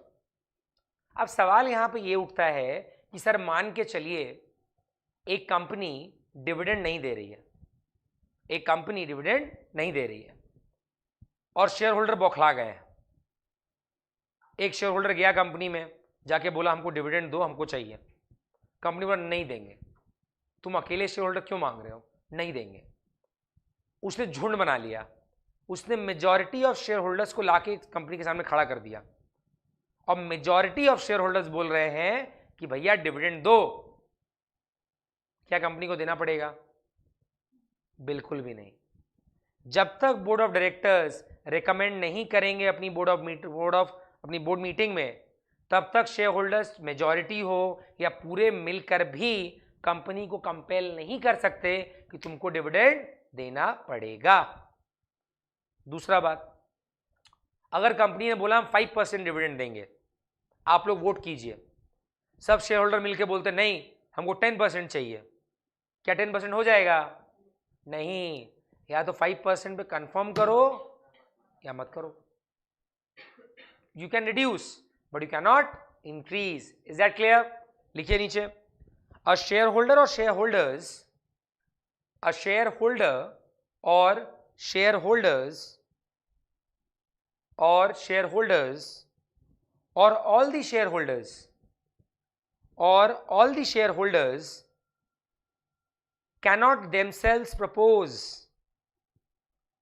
cannot themselves propose or ask for dividend, cannot themselves propose or ask for dividend।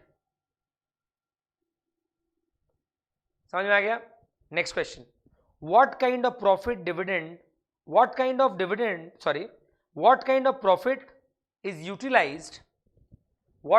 profit is utilized for giving the dividend?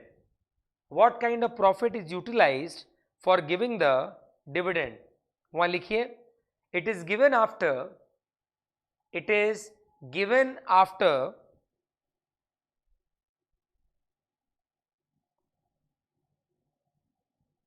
deducting expenses, interest and tax.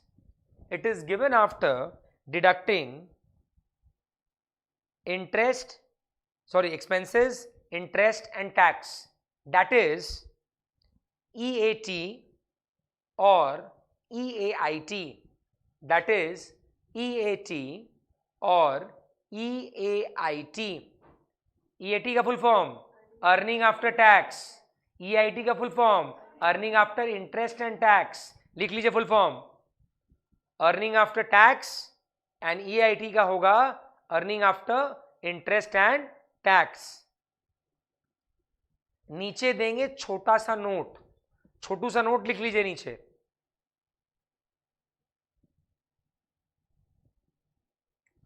In the exam, if we are given any kind of profit, in the exam, if we are given any kind of profit,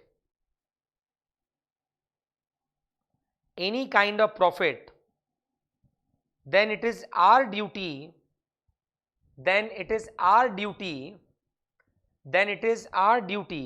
to derive EAIT or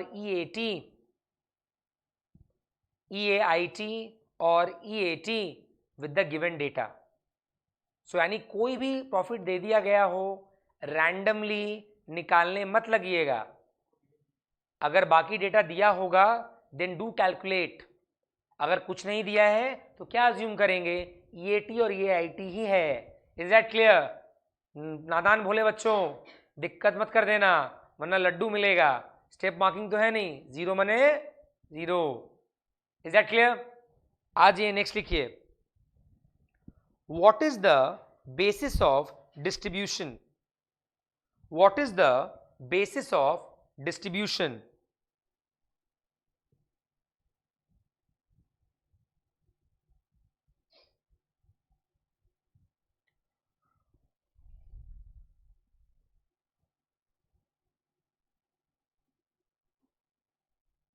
ठीक है, यहां पे आप क्या करेंगे, इस तरह बनाएंगे, हेडिंग देंगे प्रॉफिट,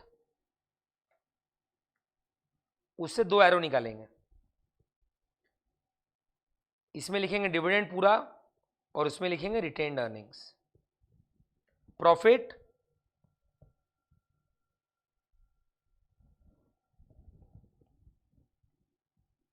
यहां लिखेंगे डिविडेंड, यहां लिखेंगे रिटेन्ड अर्निंग्स.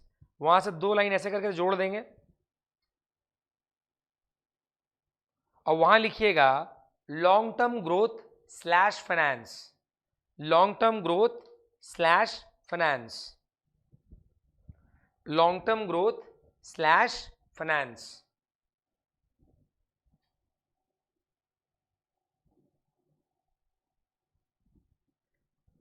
आ जाइए वापस से अपने किताब में. Dividend policy determines. अब हम लोग को ये बात समझ में आ गई होगी कि डिविडेंड पॉलिसी क्या होता है, कि किस तरीके से हम डिविडेंड देंगे, that is called dividend policy. तो सबसे पहला चीज देखो, मैंने आपको ऑलरेडी बताया, we are always concern about the long term growth, right. अगर 5 साल बाद मेरे को 100 करोड़ का रिक्वायरमेंट है और आज 5 साल पहले मैंने 20 करोड़ कमाए हैं, क्या आपको लगता है कि 5 साल बाद जो होगा वो दिमाग में रख के मैं आज डिसाइड करूंगा कि मेरे को डिविडेंड देना है कि नहीं देना है? यस और नो? एग्जाम्पल ले लो, अगर आपके पापा ने सोचा है आपको MBA करवाएंगे और MBA आपको फॉरेन से कराएंगे, 50 लाख 60 लाख लगेगा, तो आज से जो अपना खर्चा का पैटर्न वो रखेंगे, क्या वो 10 साल बाद आपके MBA को ध्यान में रख के रखेंगे कि नहीं रखेंगे? Got the point? So 100 crore मुझे तब चाहिए, कौन जानता सेकेंड ईयर प्रॉफिट ना हो, थर्ड ईयर प्रॉफिट ना हो. तो आज अगर मुझे 20 करोड़ बांटना है तो I have to take into consideration कि मेरा 5 साल बाद रिक्वायरमेंट क्या है.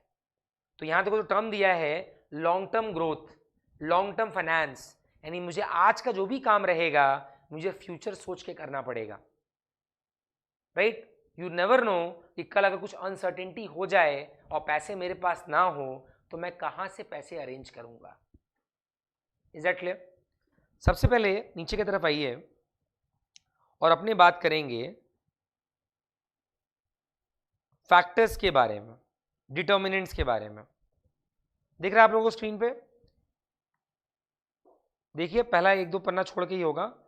डिटर्मिनेंट्स और कंस्ट्रेंट्स ऑफ डिविडेंड पॉलिसी। सबसे पहली चीज है, मैं आपको बता दूं, जब आप पढ़िएगा इसको खुद से, देखिए क्लासेस जो होते हैं आपको गाइड करने के लिए हैं, आपको सिखाने के लिए हैं। एग्जाम में अल्टीमेटली आप पास होंगे कैसे? खुद पढ़ के।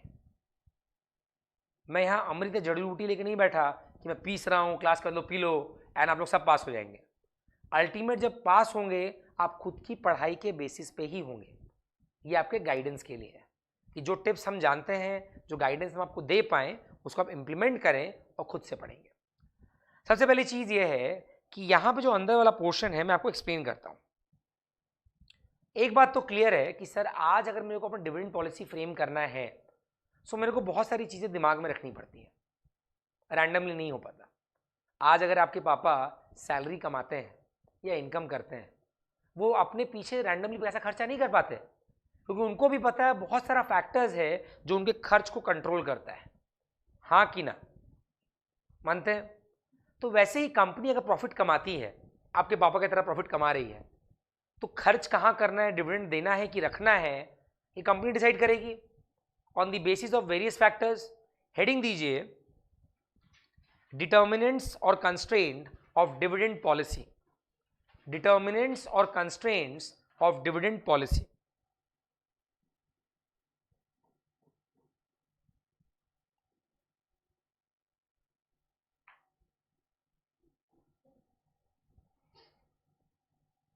ठीक, सबसे पहला जो टॉपिक आता है वो है लीगल।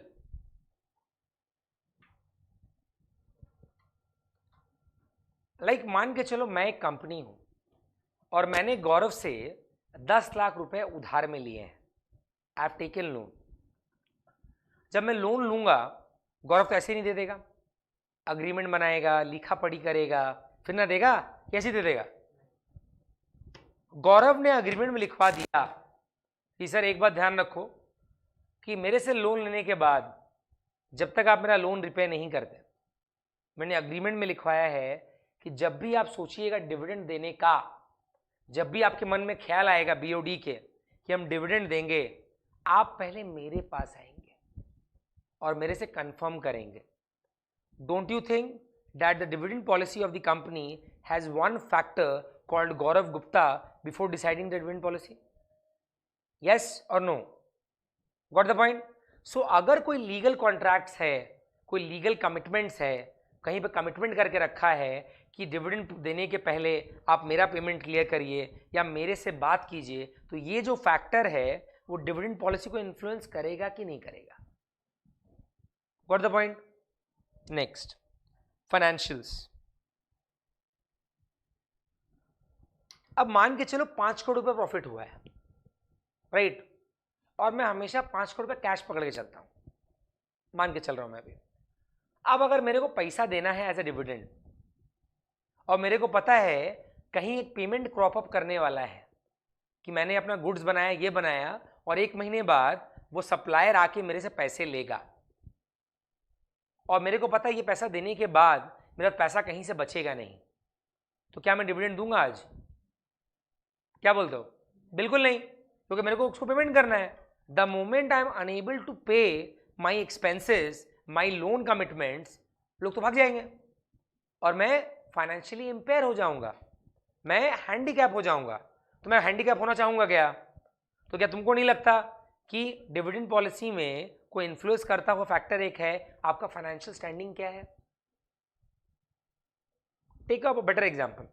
आज अगर मान के चलो तुम्हारे पास 500 रुपए हैं, राइट, और तुमको कल फीस देना है कॉलेज का, आज तुम जेडब्ल्यू चले जाओगे 500 रुपए लेके? क्योंकि तुमको पता है ना कि अगर मैंने उसको 500 रुपए कॉलेज में नहीं दिए तो नाम कट जाएगा, तो will be impaired qualification wise. तुम ये काम करोगे? तो क्या तुमको नहीं लगता कि मेरा जो एक्सपेंस कमिटमेंट में है, एक्सपेंडिचर कमिटमेंट है, वो कहीं ना कहीं में डिविडेंड पॉलिसी को इन्फ्लुएंस करता है. So we have covered 2. Number 1 legal, number 2 financial. फिर देखो आता है इकोनॉमिक कंस्ट्रेंट्स, जो आपको स्क्रीन पे दिख रहा होगा. देखो क्या लिखा है. Besides their economic constraint also the question arise, does the value of dividend affects the value of the firm? If the answer to it is yes, then there must be some optimal level of dividend which maximize the market price of the firm. Bracket out कर लो. इसी topic के ऊपर हम लोग पूरा chapter करते हैं, यानी डिविडेंड पॉलिसी के बेसिस पे वैल्यू ऑफ द फर्म क्या होगा, यही हम लोग इस चैप्टर में आने वाले टाइम पे सीखेंगे. ठीक, इसको हम डिटेल में डिस्कस नहीं कर रहे हैं, खाली जान लीजिए कि डिविडेंड पॉलिसी से कैसे value of the firm influence होता है, हम उसके बारे में बात करेंगे. नेक्स्ट आता है nature of business conducted by a company. एक दिमाग लगाओ. एक कंपनी है जो साबुन तेल बनाती है, और एक कंपनी है जो ब्रिज बनाती है या मेट्रो बनाती है, जो मेट्रो गाड़ी होती है ना, वो बनाती है. किस कंपनी के हाथ में कैश जल्दी जल्दी आता है? साबुन तेल वाली. क्यों? बिकॉज साबुन तेल हम डेली बेसिस में यूज करते हैं. आज कंपनी होलसेलर को दी, डिस्ट्रीब्यूटर को दी, डिस्ट्रीब्यूटर होलसेलर को दिया, होलसेलर रिटेलर को दिया, रिटेलर कस्टमर को दिया. यूजुअली साबुन तेल वाले बिजनेस में अपने देखते हैं उधार का सेगमेंट कम है, एंड वापस चेन में पैसा ऊपर चला जाता है. तो इस कंपनी के हाथ में जल्दी जल्दी पैसा आता रहता है. अगर ये कंपनी 5 करोड़ रुपये कमाती है, ये कंपनी जानती है कि आज 5 करोड़ आया है प्रॉफिट का, चल 2 करोड़ डिविडेंड दे देते हैं, बिकॉज अगला महीना 5 करोड़ फिर आएगा. पैसा फंसा हुआ नहीं है ना, पैसा इज ऑन रोल. तो अगर आज तुमको आगे से पता है कि कल हमको कॉलेज का फीस देना है, और आज तुम्हारा फ्रेंड बोलता JW मैरिट चलो, तुम्हारे 5,000 रुपये हैं, और तुमको ये भी पता कल सुबह पापा घर आ जाएंगे तो 5,000 वहाँ से मिल जाएगा, तुम जाओगी JW मैरिट? ऑब्वियसली जाओगी, बिकॉज तुम्हारा बैक ऑफ द माइंड में ऑलरेडी पता है, अरे आज पैसा अगर निकल रहा है कल सुबह वापस आएगा. अब वही मेट्रो वाली कंपनी का बात कर लो, अरबों रुपए लगते हैं. क्या अरबों रुपए एक दिन में निकल आते हैं? टाइम लगता है ना. तो यहां पे सवाल उठता है, कौन सी कंपनी बेटर पोजीशन में है डिविडेंड देने के? साबुन तेल वाली, बिकॉज उसका पैसा ब्लॉक नहीं है. आज अगर निकाल के डिविडेंड दिया, कल रिकवरी फिर हो जाएगी. Do you understand that? So the nature of business also influences your dividend policy. Is that clear? Next, existence of the company. Existence of the company का मतलब क्या होता है? कितनी पुरानी है. आज कंपैरिजन बैठा लो तुम में और तुम्हारे पापा में. तुम्हारे पापा तुमसे बड़े एज में, उनको ज्यादा लोग जानते होंगे, उनका सोसाइटी में स्टैंडिंग स्ट्रांग होगा. तो जब तुम अपने आसपास के वालों से, अगर हम बाई चांस पैसा मांगने गए, लोन मांगने गए, किसको आसानी से मिलेगा? पापा को या तुमको? पापा को, बिकॉज पापा ज़्यादा दिन से मार्केट में हैं, उनका गुडविल बेटर होगा, उनके पास एसेट्स होंगे, उनका वैल्यू बेटर होगा. तो ये तुमने खुद ही आंसर कर दिया, जो कंपनी ज़्यादा पुरानी है वो बेटर पोजीशन में है डिविडेंड देने के एज कंपेयर टू नई कंपनी. बिकॉज नई कंपनी को तो पैसा का दरकार ही पड़ता रहता है, आज ये खर्चा नहीं तो वो खर्चा. Are you getting it? So in comparison to a teacher who is teaching for 25 years, 30 years, he is in a better position as compared to we young teachers. Teaching pattern की बात ही नहीं है, बात सिंपल है existence की. वो पहले पैदा हुए, वो पहले से पढ़ा रहे हैं, मैं बाद में पैदा हुआ, बाद से पढ़ा रहा हूँ, इसे मेरा कोई फॉल्ट थोड़ी है. Are you getting it? So jokes apart, existence of the company is very important, right? जितनी पुरानी होगी वो बेटर पोजिशन में है. सो ये बात तो क्लियर है ना, जितनी पुरानी कंपनी उतना lenient dividend policy. What is lenient?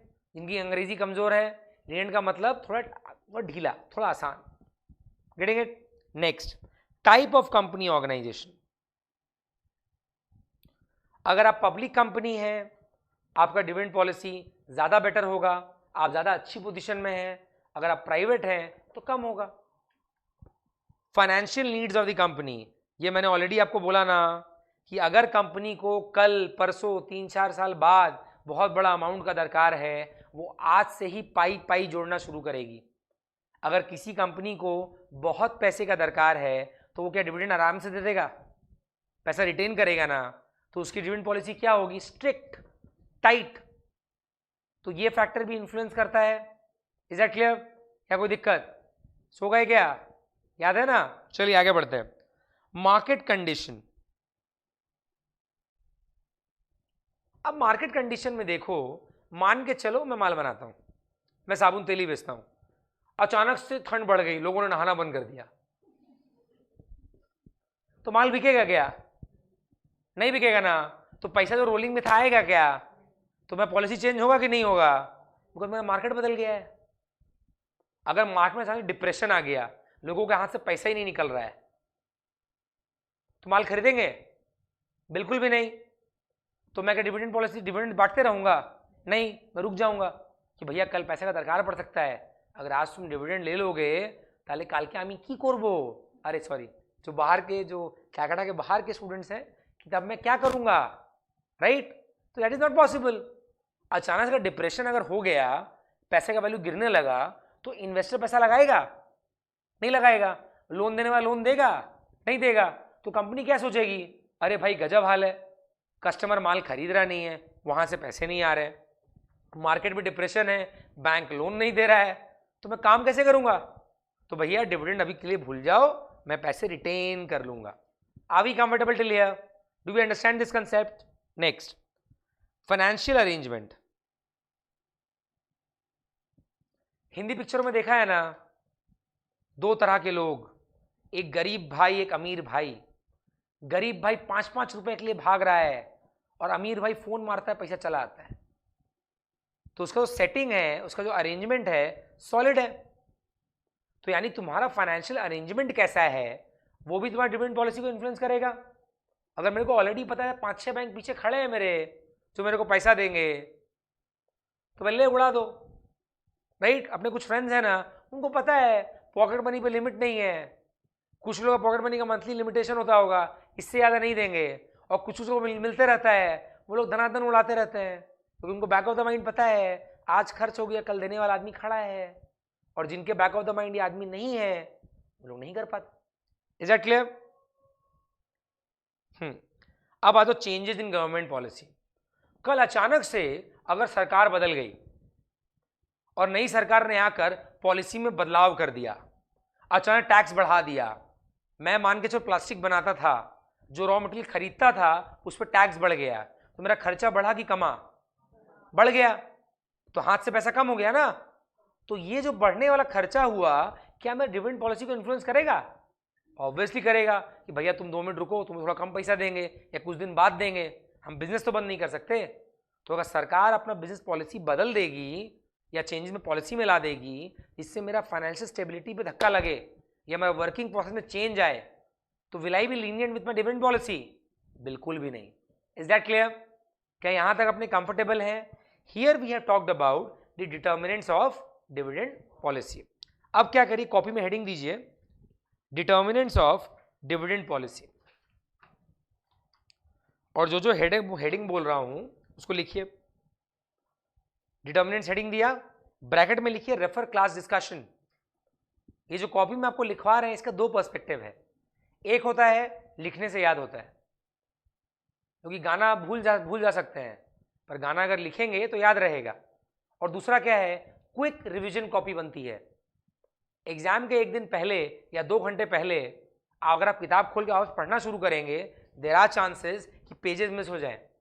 पर कॉपी में अगर जिस्ट लिखा हुआ रहेगा, एग्जाम का 1 घंटा पहले भी आप क्विक रिवीजन कर सकते हैं of any given chapter. That is the advantage of this copy, जो हम आपको क्लास के दौरान बनवाएंगे। जो किताब एमसीक्यू दिया हो तो करेंगे ही, और आप खुद भी करिएगा, राइट? पर ये लिखने से क्या होगा, कुछ चीज़ें याद होंगी और क्विक रिवीजन में काम में आएगा। तो पहला हेडिंग लिख लीजिए, लीगल। नंबर 1 लीगल, डिटेल में नहीं लिखेंगे, खाली पॉइंटर्स लिख लेंगे। नंबर 1 लीगल, नंबर 2 फाइनेंशियल्स, और ब्रैकेट में लिखिए ओनली कैश, मत लिखिए वाला हेडिंग, मिसप्रिंट है मेरा, financial. Number 3 economic constraints, number 3 economic constraints. Number 4 nature of business conducted by a company. Number 4, nature of business conducted by a company. Number 5, existence of the company.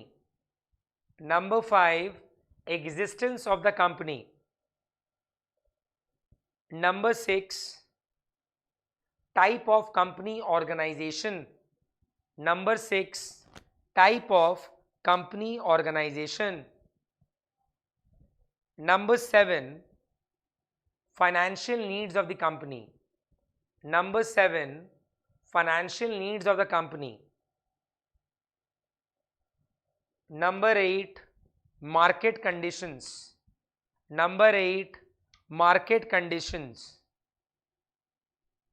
Number 9, financial arrangements. Number 9, financial arrangements. Number 9, financial arrangements. Number 10, changes in government policy. Number 10, changes in government policies. सबसे पहला काम क्या कीजिए, इन 10 pointers को एक बार read करिए, फिर अपने इंस्टीट्यूट के मैट में जाइए और क्विकली, या फिर जो मैट मैंने आपको दिया है वो देखिए, क्विकली इसको एक बार रीड करिए पूरा डिटेल में, फिर अपने नेक्स्ट टॉपिक या डिस्कशन स्टार्ट करेंगे. इसको अगर हम लोग अभी पढ़ लेंगे साथ में पेंसिल के साथ, मैंने तो एमसीक्यू दिया ही है, तो अगर आप खुद से भी अभी रीड कर रहे हैं फॉर द फर्स्ट टाइम मेरे मैट से, तो आप मार्किंग कर लीजिए एमसीक्यू के लिए, ताकि घर वाला काम यहीं पे हो जाए और आइडिया लग जाए, ताकि घर में एफर्ट कम देना पड़े और बाकी सब्जेक्ट आप ध्यान दे पाए. Start reading. Start reading. Video चल रहा है.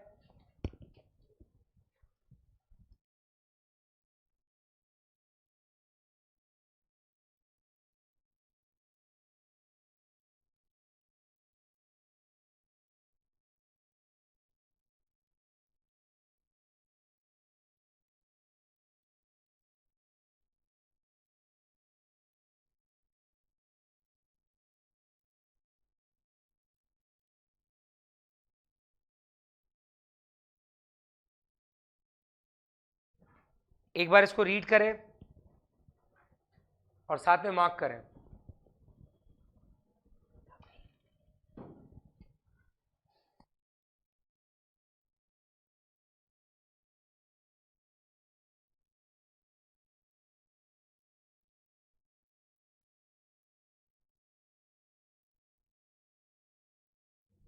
प्रैक्टिस मैनुअल में कुछ नहीं है जो मैंने आपको पढ़ने के लिए बोला है, ये वो टेक्स्ट बुक है जो मैंने आपको प्रोवाइड करी है, आपको वहां से देखना है, या फिर इंस्टीट्यूट के मैट से भी आप देख सकते हैं, कोई दिक्कत नहीं है.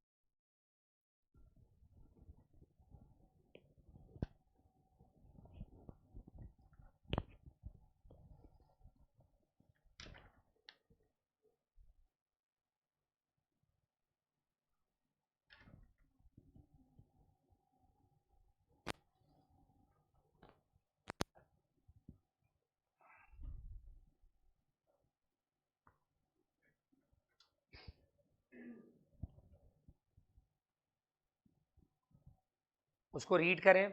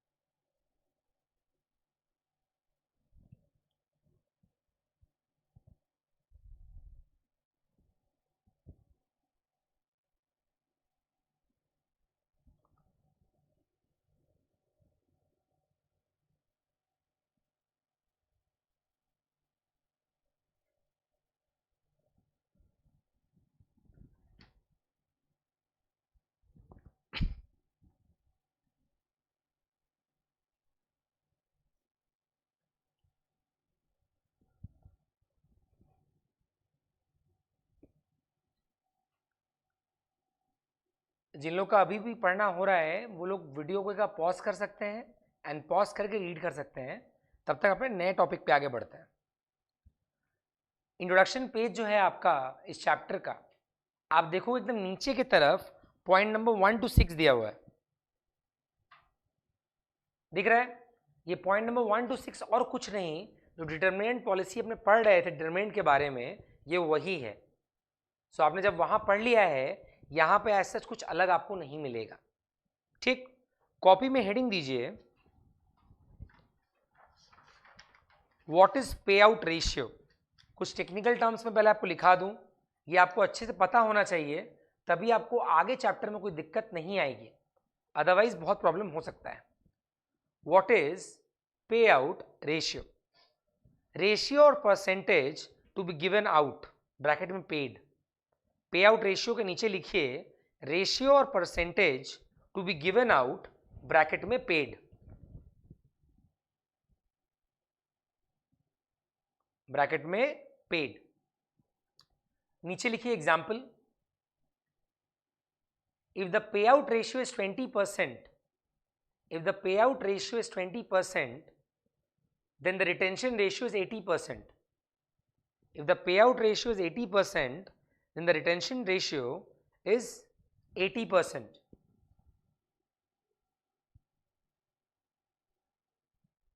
उसी में एक और example, when the payout ratio is 60%, retention ratio is 40%.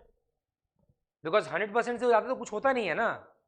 अगर 60 पे आउट है 40 रिटेंशन, 20 पे आउट है तो 80 रिटेंशन। ये बेसिक चीज़ें हैं, ये आपको जितना क्लियर होगा सम बनाना उतना आसान होगा। ठीक, अब हम लोग जो बात करेंगे, ये एक टॉपिक आपने देखा होगा हेडिंग इकोनॉमिक कंस्ट्रेंट के बारे में, डिटर्मिनेंट वाले पोर्शन में। यहां पे जो मैं आपको बोलने वाला हूं ये actually crux of the chapter है। इस चैप्टर में हम जो सम्स बनाएंगे थ्योरी के अलावा जो हम कवर करेंगे, उसमें our main target will be value of the firm निकालना। क्या निकालना? कि कैसे dividend policy value of the firm को इन्फ्लुएंस करती है, जिसके अंडर में हम बहुत सारे मॉडल्स कवर करेंगे, जैसे वॉल्टर हो गया, गॉर्डन हो गया। कुछ लोगों ने सुना होगा, कुछ लोग नहीं जानते हो, कोई बात नहीं है, हम लोग स्टार्टिंग से ही उसको बेस लेवल से करेंगे। तो अपना मेन टारगेट होगा इस चैप्टर में डिविडेंड पॉलिसी के बेसिस पे, यानी डिविडेंड पे आउट और रिटेंशन रेशियो के बेसिस में अपने कैलकुलेट करेंगे प्राइस ऑफ द शेयर क्या होगा, दैट इज अल्टीमेटली टोटल में वैल्यू ऑफ द फर्म क्या होगा। लिखो heading, value of the shares slash firm, value of the share slash firm.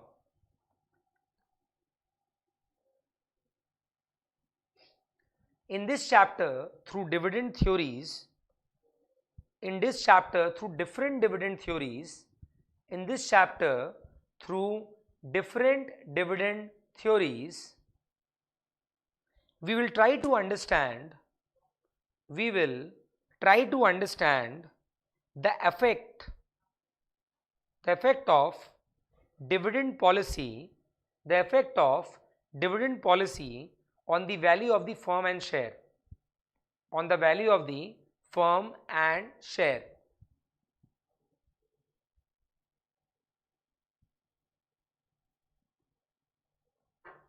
ठीक है, इसको बॉक्स में रख लो, टोटल वो जो हेडिंग मैंने कराया ना वैल्यू ऑफ द फर्म और शेयर वाला, उसको एक बॉक्स में कर लो। ये अपना मेन मोटो होना चाहिए इस चैप्टर में जब भी हम प्रैक्टिकल सम्स करेंगे।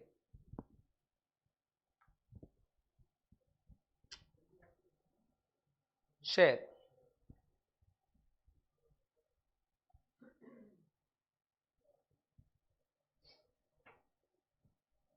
अब आ जाओ टाइप्स ऑफ डिविडेंड में, जो आपको दिख रहा होगा immediately after determinants of dividend policy के बाद।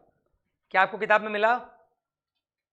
जहां डिटर्मिनेंट्स हम लोग पढ़ रहे थे उसी में है टाइप्स और शेयर के बारे में। यहां पे आप देखो हम लोग बात कर रहे हैं regarding types of dividend, form of dividend के बारे में। हम लोग उल्टा डिस्कस करेंगे। पहला है प्रॉपर्टी डिविडेंड। प्रॉपर्टी डिविडेंड जैसे नाम बता रहा है, प्रैक्टिकली स्पीकिंग इंडिया में अगर बात करें डिविडेंड के नाम पे हम क्या देते हैं? कैश। ये नॉर्मल प्रोसीजर है, एकदम नॉर्मल वाला, जनरली यही होता है। प्रॉपर्टी का मतलब कोई सामान, यानी मान के चलो मैंने 5 करोड़ रुपया कमाया और मैंने बोला 20% विल बी पे आउट रेशियो। पे आउट रेशियो का मतलब कितना परसेंट लोग पे करेंगे, डिविडेंड कितना देंगे। तो कितना हुआ? 1 करोड़। पर 1 करोड़ कैश देने के बजाय मैंने क्या किया? शेयर होल्डर्स कल ऑफिस आना, सब ऑफिस है, भाई काम कर, तुम 2000 बताया ना, ये उठा के ले जा। एक काम कर, तुम 3000 बताया ना, बोतल ले जा 10 ठो। जहां मैं प्रॉपर्टी बांट रहा हूं डिविडेंड के नाम पे, कैश नहीं दे रहा। कंसेप्ट क्लियर ना एकदम? What is property dividend? तो ये होता नहीं है यहां पे, राइट? और वहां पे भी अपने को क्या करना पड़ता है? वैल्यूएशन करना पड़ेगा ना। अगर वो आदमी 10,000 रुपये पाता है, मैं उसको टेबल देने की जगह पे मैं वैल्यू तो करूंगा, टेबल का वैल्यू क्या है? कहीं 10 की जगह 15 का माल तो नहीं दे रहा, और शेयर होल्डर क्या बोलेगा कि 10 की जगह 5 का माल तो नहीं दे रहा। तो वैल्यूएशन विल बी इंपॉर्टेंट।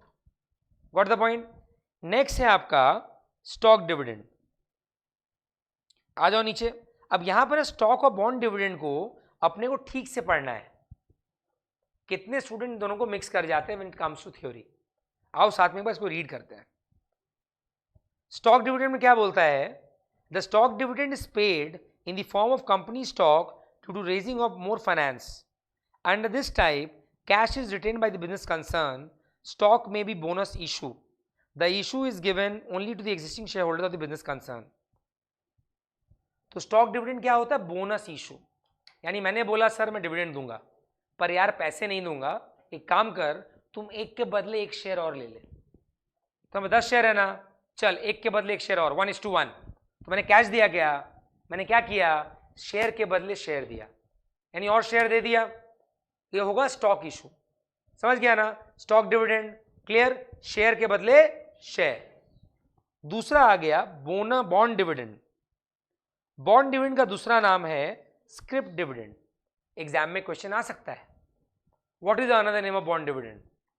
ठीक, या बोलेगा right a note on script dividend, अगर डिस्क्रिप्टिव में है तो। एमसीक्यू में तो क्या होगा? बॉन्ड कटे तो दूसरा नाम क्या? स्क्रिप्ट। Got the point? इसमें क्या होता है? कंपनी बोलती है देखो भाई मेरे पास पैसे नहीं है, पर हम तुमको वादा दिलाते हैं कि आज से 6 महीने बाद ना हम एक नया बॉन्ड लेके आएंगे। वो बॉन्ड हम मार्केट में देंगे। जब मार्केट में बॉन्ड देंगे, मार्केट हमको क्या देगा? पैसा। वो पैसा से हम तुमको डिविडेंड पे करेंगे। Do you understand what I am trying to say? That in stock dividend what had happened कि यार देख कैश नहीं देने वाला मैं, तुम क्या कर, सिंपल फंडा है, तुम 1 के बदले 1 और ले ले, या हम बोनस इशू ला रहे हैं, तो इतना शेयर हम शेयर तुमको और दे देते हैं to the existing share holders. नए आदमी को नहीं, या डिविडेंड उसको मिलेगा ना जो ऑलरेडी मेरा शेयर होल्डर है। तो अगर हम स्टॉक डिविडेंड देते हैं जहां पर हम शेयर बांट रहे हैं, एक्स्ट्रा शेयर दे रहे हैं फ्री ऑफ कॉस्ट, वो तो बोनस इशू हुआ। एक हो गया बॉन्ड डिविडेंड। बॉन्ड डिविडेंड में क्या होगा? बॉन्ड डिविडेंड में हम क्या करेंगे? हम बोलेंगे शेयर होल्डर को देखो कैश नहीं है मेरे पास, I am short of cash, you do one thing, wait for some time, I will come up with a new bond issue, और वो बॉन्ड इशू मैं मार्केट में दूंगा, मार्केट से पैसा जो मिलेगा उससे मैं तुमको बांटूंगा। Is that clear? समझ गया बात? तो यहां पे अपना क्या कवर हो गया? Bond, stock and property dividend. Cash dividend is the most popular form of dividend. समझ गया बात? कैश में देते हैं। तो ये है हमारा टाइप्स ऑफ डिविडेंड और फॉर्म ऑफ डिविडेंड। तो types of dividend and form of dividend अलग है, टाइप्स ऑफ डिविडेंड पॉलिसी अलग है। अभी तक हम लोग किए नहीं है वो। हम लोग क्या किए? डिविडेंड क्या होता है, लॉ के बारे में, फिर बात की पे आउट रेशियो के बारे में, रिटेंशन रेशियो के बारे में, डिटर्मिनेंट्स के बारे में, टाइप्स ऑफ डिविडेंड के बारे में। अब अपने बात करेंगे पॉलिसी के बारे में। एकदम आगे की तरफ आ जाइए, डिटर्मिनेंट्स के पहले टाइप्स ऑफ डिविडेंड पॉलिसी के बारे में। अब यहां पे देखो जो पहला टर्म है regular dividend policy. What do you mean by regular dividend policy? Regular का मतलब क्या होता है? एवरीडे, यानी ये कंपनी का हैबिट है कि डिविडेंड हम देंगे, राइट? तो रेगुलर डिविडेंड पॉलिसी का मतलब है ये रेगुलर बेसिस पे इन्वेस्टर को एक यूजुअल रेट पे, देखो स्क्रीन पे, यानी अगर हम पहले से बोल दें कि हम आपको हर साल डिविडेंड देंगे और ये रेट फिक्स्ड है, राइट? तो मेरा हैबिट क्या है? रेगुलरली डिविडेंड देना, और जब मैं रेगुलरली दूंगा मैं एक यूजुअल रेट को फिक्स कर दूंगा. Usual rate over here is a technical term. Is that clear? Is that fair enough? Are we understanding everything? या कोई दिक्कत? नीचे आ जाओ. अब यहां पे देखो मेरिट्स क्या है रेगुलर का, जो मैंने ऑलरेडी डिस्कस किया हुआ है. आप जब इसको रीड करोगे क्लास के बाद या इसको पॉज करके वीडियो को, आप देखोगे ऑलरेडी हमने डिस्कस कर लिया है theory. Number 1, creating confidence among share holder, किया था ना, गुडविल बढ़ेगा, पिज्जा वाला, everything. Stabilising the market value of share. अब इसमें क्या होता है ना, कितनी बार मार्केट ऊपर नीचे गिरता है. मार्केट ऊपर नीचे गिरने का रीजन क्या है कि कुछ लोगों को ऐसा लगता है कि कंपनी अच्छा नहीं करेगी, और जब नहीं करेगी वो क्या करेगा? अपना शेयर बेच देगा. इफ सप्लाई इज मोर, बेचे जा रहे हैं, demand is less, price will fall और increase. If supply is more, demand is less, कोई खरीदने को रेडी नहीं है, प्राइस गिरेगा. अगर मेरे को स्टेबिलिटी लाना है ताकि ज़्यादा फ्लक्चुएशन ना हो, मैं डिविडेंड बांट दूंगा. उससे क्या होगा? जो छोड़ के जाने वाला रुक जाएगा, ना वो बेचेगा ना नया आदमी आएगा, तो फ्लक्चुएशन रुक जाएगा. Are you getting it? Next, goodwill of the company के बारे में ऑलरेडी मैंने बता दिया आपको. रेगुलर इनकम मिलता है, 1 करोड़ रुपया के बाद 1 रुपया और ऑफर करूं झोले में डालने के लिए, आप बढ़ा दोगे, 1 रुपया और डाल दो. तो रेगुलर इनकम मिलने से क्या होता है? शेयर होल्डर को मोटिवेशन आता है, चाहे चिल्लड़ी क्यों ना मिले. अब आ जाओ देखो स्टेबल डिविडेंड पॉलिसी. इसमें देखो क्या है, एक है कांस्टेंट डिविडेंड पर शेयर. ठीक है, कांस्टेंट डिविडेंड पर शेयर में क्या फंडा है कि मैंने ऑलरेडी वैल्यू फिक्स कर लिया कि भैया हम आपको 50 पैसा पर शेयर देंगे. नीचे देखो कांस्टेंट पे आउट रेशियो. कांस्टेंट पे आउट रेशियो, इसमें क्या होता है? हमने परसेंटेज फिक्स कर लिया. पहले वाले केस में क्या किया? अमाउंट फिक्स किया. दूसरे वाले केस में क्या किया? परसेंटेज फिक्स किया. एक बार रीड करो, स्क्रीन पे भी दिख रहा है, जो पढ़ना चाहे वहां से भी पढ़ सकते हैं. Try to understand difference between the both. पहले वाले में हमने अमाउंट फिक्स किया 50 पैसा पर शेयर, दूसरे वाले में परसेंटेज फिक्स किया, राइट? तीसरा देखो है is a combination of both, stable rupee plus extra dividend. इसमें क्या बोलता है कि देख बॉस, हम तुमको 50 पैसा तो देंगे ही, हम तुमको 50 पैसा तो देंगे ही, I'll pay you 50 प्लस अगर मैंने कभी अच्छा प्रॉफिट कमाया तो उस अच्छे प्रॉफिट पे भी हम कुछ देंगे. तो यानी देखो स्टेबल रुपी डिविडेंड प्लस अगर कमाई अच्छी हुई तो हम देंगे, अदरवाइज ये तो मिलेगा ही, अगर एक्स्ट्रा हुआ तो एक्स्ट्रा दे देंगे. Is that clear? क्या एकदम क्लियर है यहां तक? इरेगुलर डिविडेंड का मतलब 5-5 साल 4-4 साल में जब मन किया तब दे रहे हैं. We have no proper policy. अच्छा प्रॉफिट तो दो, अच्छा प्रॉफिट तो मत दो, मूड हुआ तो दो, मूड हुआ तो मत दो. We don't have any specific pattern जिस हिसाब से हम पेमेंट करते होंगे. Are we clear? यहां तो कोई दिक्कत? लास्ट आ गया क्वाइट ऑब्वियस, नो डिविडेंड, यानी हम डिविडेंड देंगे ही नहीं. क्या एकदम क्लियर हो गया? चार टॉपिक. एक है रेगुलर, जहां पर यूजुअल रेट पे, जहां पर अपने फिक्स करते हैं. एक होता है स्टेबल, या तो हम रुपया फिक्स कर दें कि भाई 50 पैसा करके तुमको तो मिलेगा ही, या परसेंटेज फिक्स कर दे पे आउट, या फिर स्टेबल रुपी डिविडेंड प्लस एक्स्ट्रा डिविडेंड. और एक है आपका इरेगुलर, जब मन कर रहा है तब दे रहे हैं, जब अच्छा कर रहा है तब दे रहे हैं. और एक है नो डिविडेंड. कॉपी में हेडिंग दो, सबसे पहला types of dividend, types of dividend. और ये जो नोटिंग होगी ना कॉपी में, ये कुछ इस हिसाब से होगी, इस तरह करेंगे. यानी टाइप्स ऑफ डिविडेंड यहां लिखेंगे ऊपर में, स्क्रीन की तरफ देखो, और यहां पे चारों का नाम लिख देंगे. तो पहला क्या होगा? Cash dividend. पहला क्या होगा? Cash dividend. दूसरा होगा bond dividend slash script dividend, दोनों नाम एक जगह लिख दो ताकि क्विक रिवीजन में दिक्कत ना हो। पहला होगा बॉन्ड डिविडेंड या स्क्रिप्ट डिविडेंड, तीसरा क्या होगा स्टॉक डिविडेंड, चौथा क्या होगा प्रॉपर्टी डिविडेंड। सबके एक्सप्लेनेशन तो याद ही होंगे। सो कॉपी जब हम रेफर करेंगे हमको ऑटोमेटिकली क्लास डिस्कशन दिमाग में स्ट्राइक करेगा। Next heading, types of dividend policies. Types of dividend policies,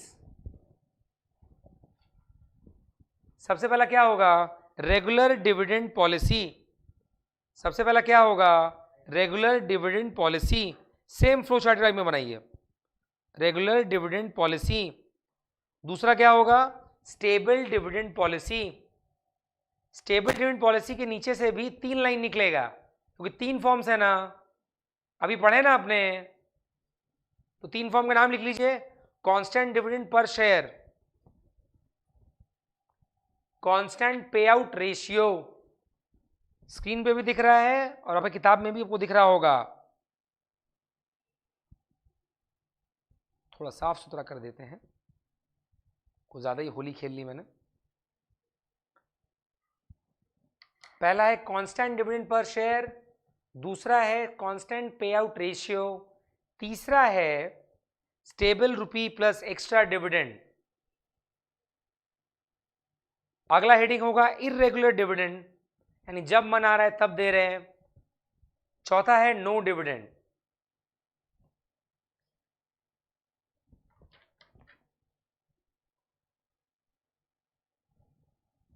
clear? तो हमको अब याद भी हो गया होगा जो हमने डिस्कस किया है। अगर अपन टाइप्स ऑफ डिविडेंड में जाएं, पहला क्या था cash dividend, it is the most popular form of dividend, सब ऐसे ही देते हैं। दूसरा क्या था बॉन्ड और स्क्रिप्ट डिविडेंड, इसमें क्या बोला कंपनी बोलता भैया पैसा नहीं है मेरे पास, हम गरीब हैं, आप एक काम करो कुछ दिन रुक जाओ, हम नया बॉन्ड इशू लेके आ रहे हैं, वो ला के हम आपको मार्केट में डालेंगे, मार्केट से पैसा जो उठेगा उससे तुमको देंगे। एक है आपका स्टॉक डिविडेंड। स्टॉक डिविडेंड का मतलब क्या, ना कैश देंगे ना पैसा देंगे, बोनस शेयर दे देंगे। और एक है प्रॉपर्टी डिविडेंड, यानी एसेट्स बांट रहे हैं वैल्यूएशन करने के बाद, याद रहेगा ना, ऑफिस में लोगों को बुला रहे हैं सामान बांट रहे हैं। एक है आपका अगला आ गया थ्योरीज। पहला है रेगुलर, जहां पर यूजुअल रेट पे, कौन सा रेट पे, रेगुलर बेसिस पे अपने डिविडेंड दे रहे हैं।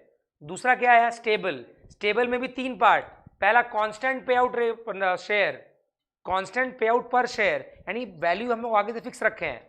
दूसरा है पे आउट रेशियो, यानी परसेंटेज फिक्स रखे हैं। तीसरा स्टेबल रुपी डिविडेंड प्लस एक्स्ट्रा डिविडेंड, यानी कि रुपया फिक्स किया हुआ है प्लस हमने क्या कंडीशन दिया, अगर कमाई हो गई तो एक्स्ट्रा देंगे।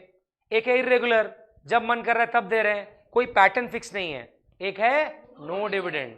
Is that clear?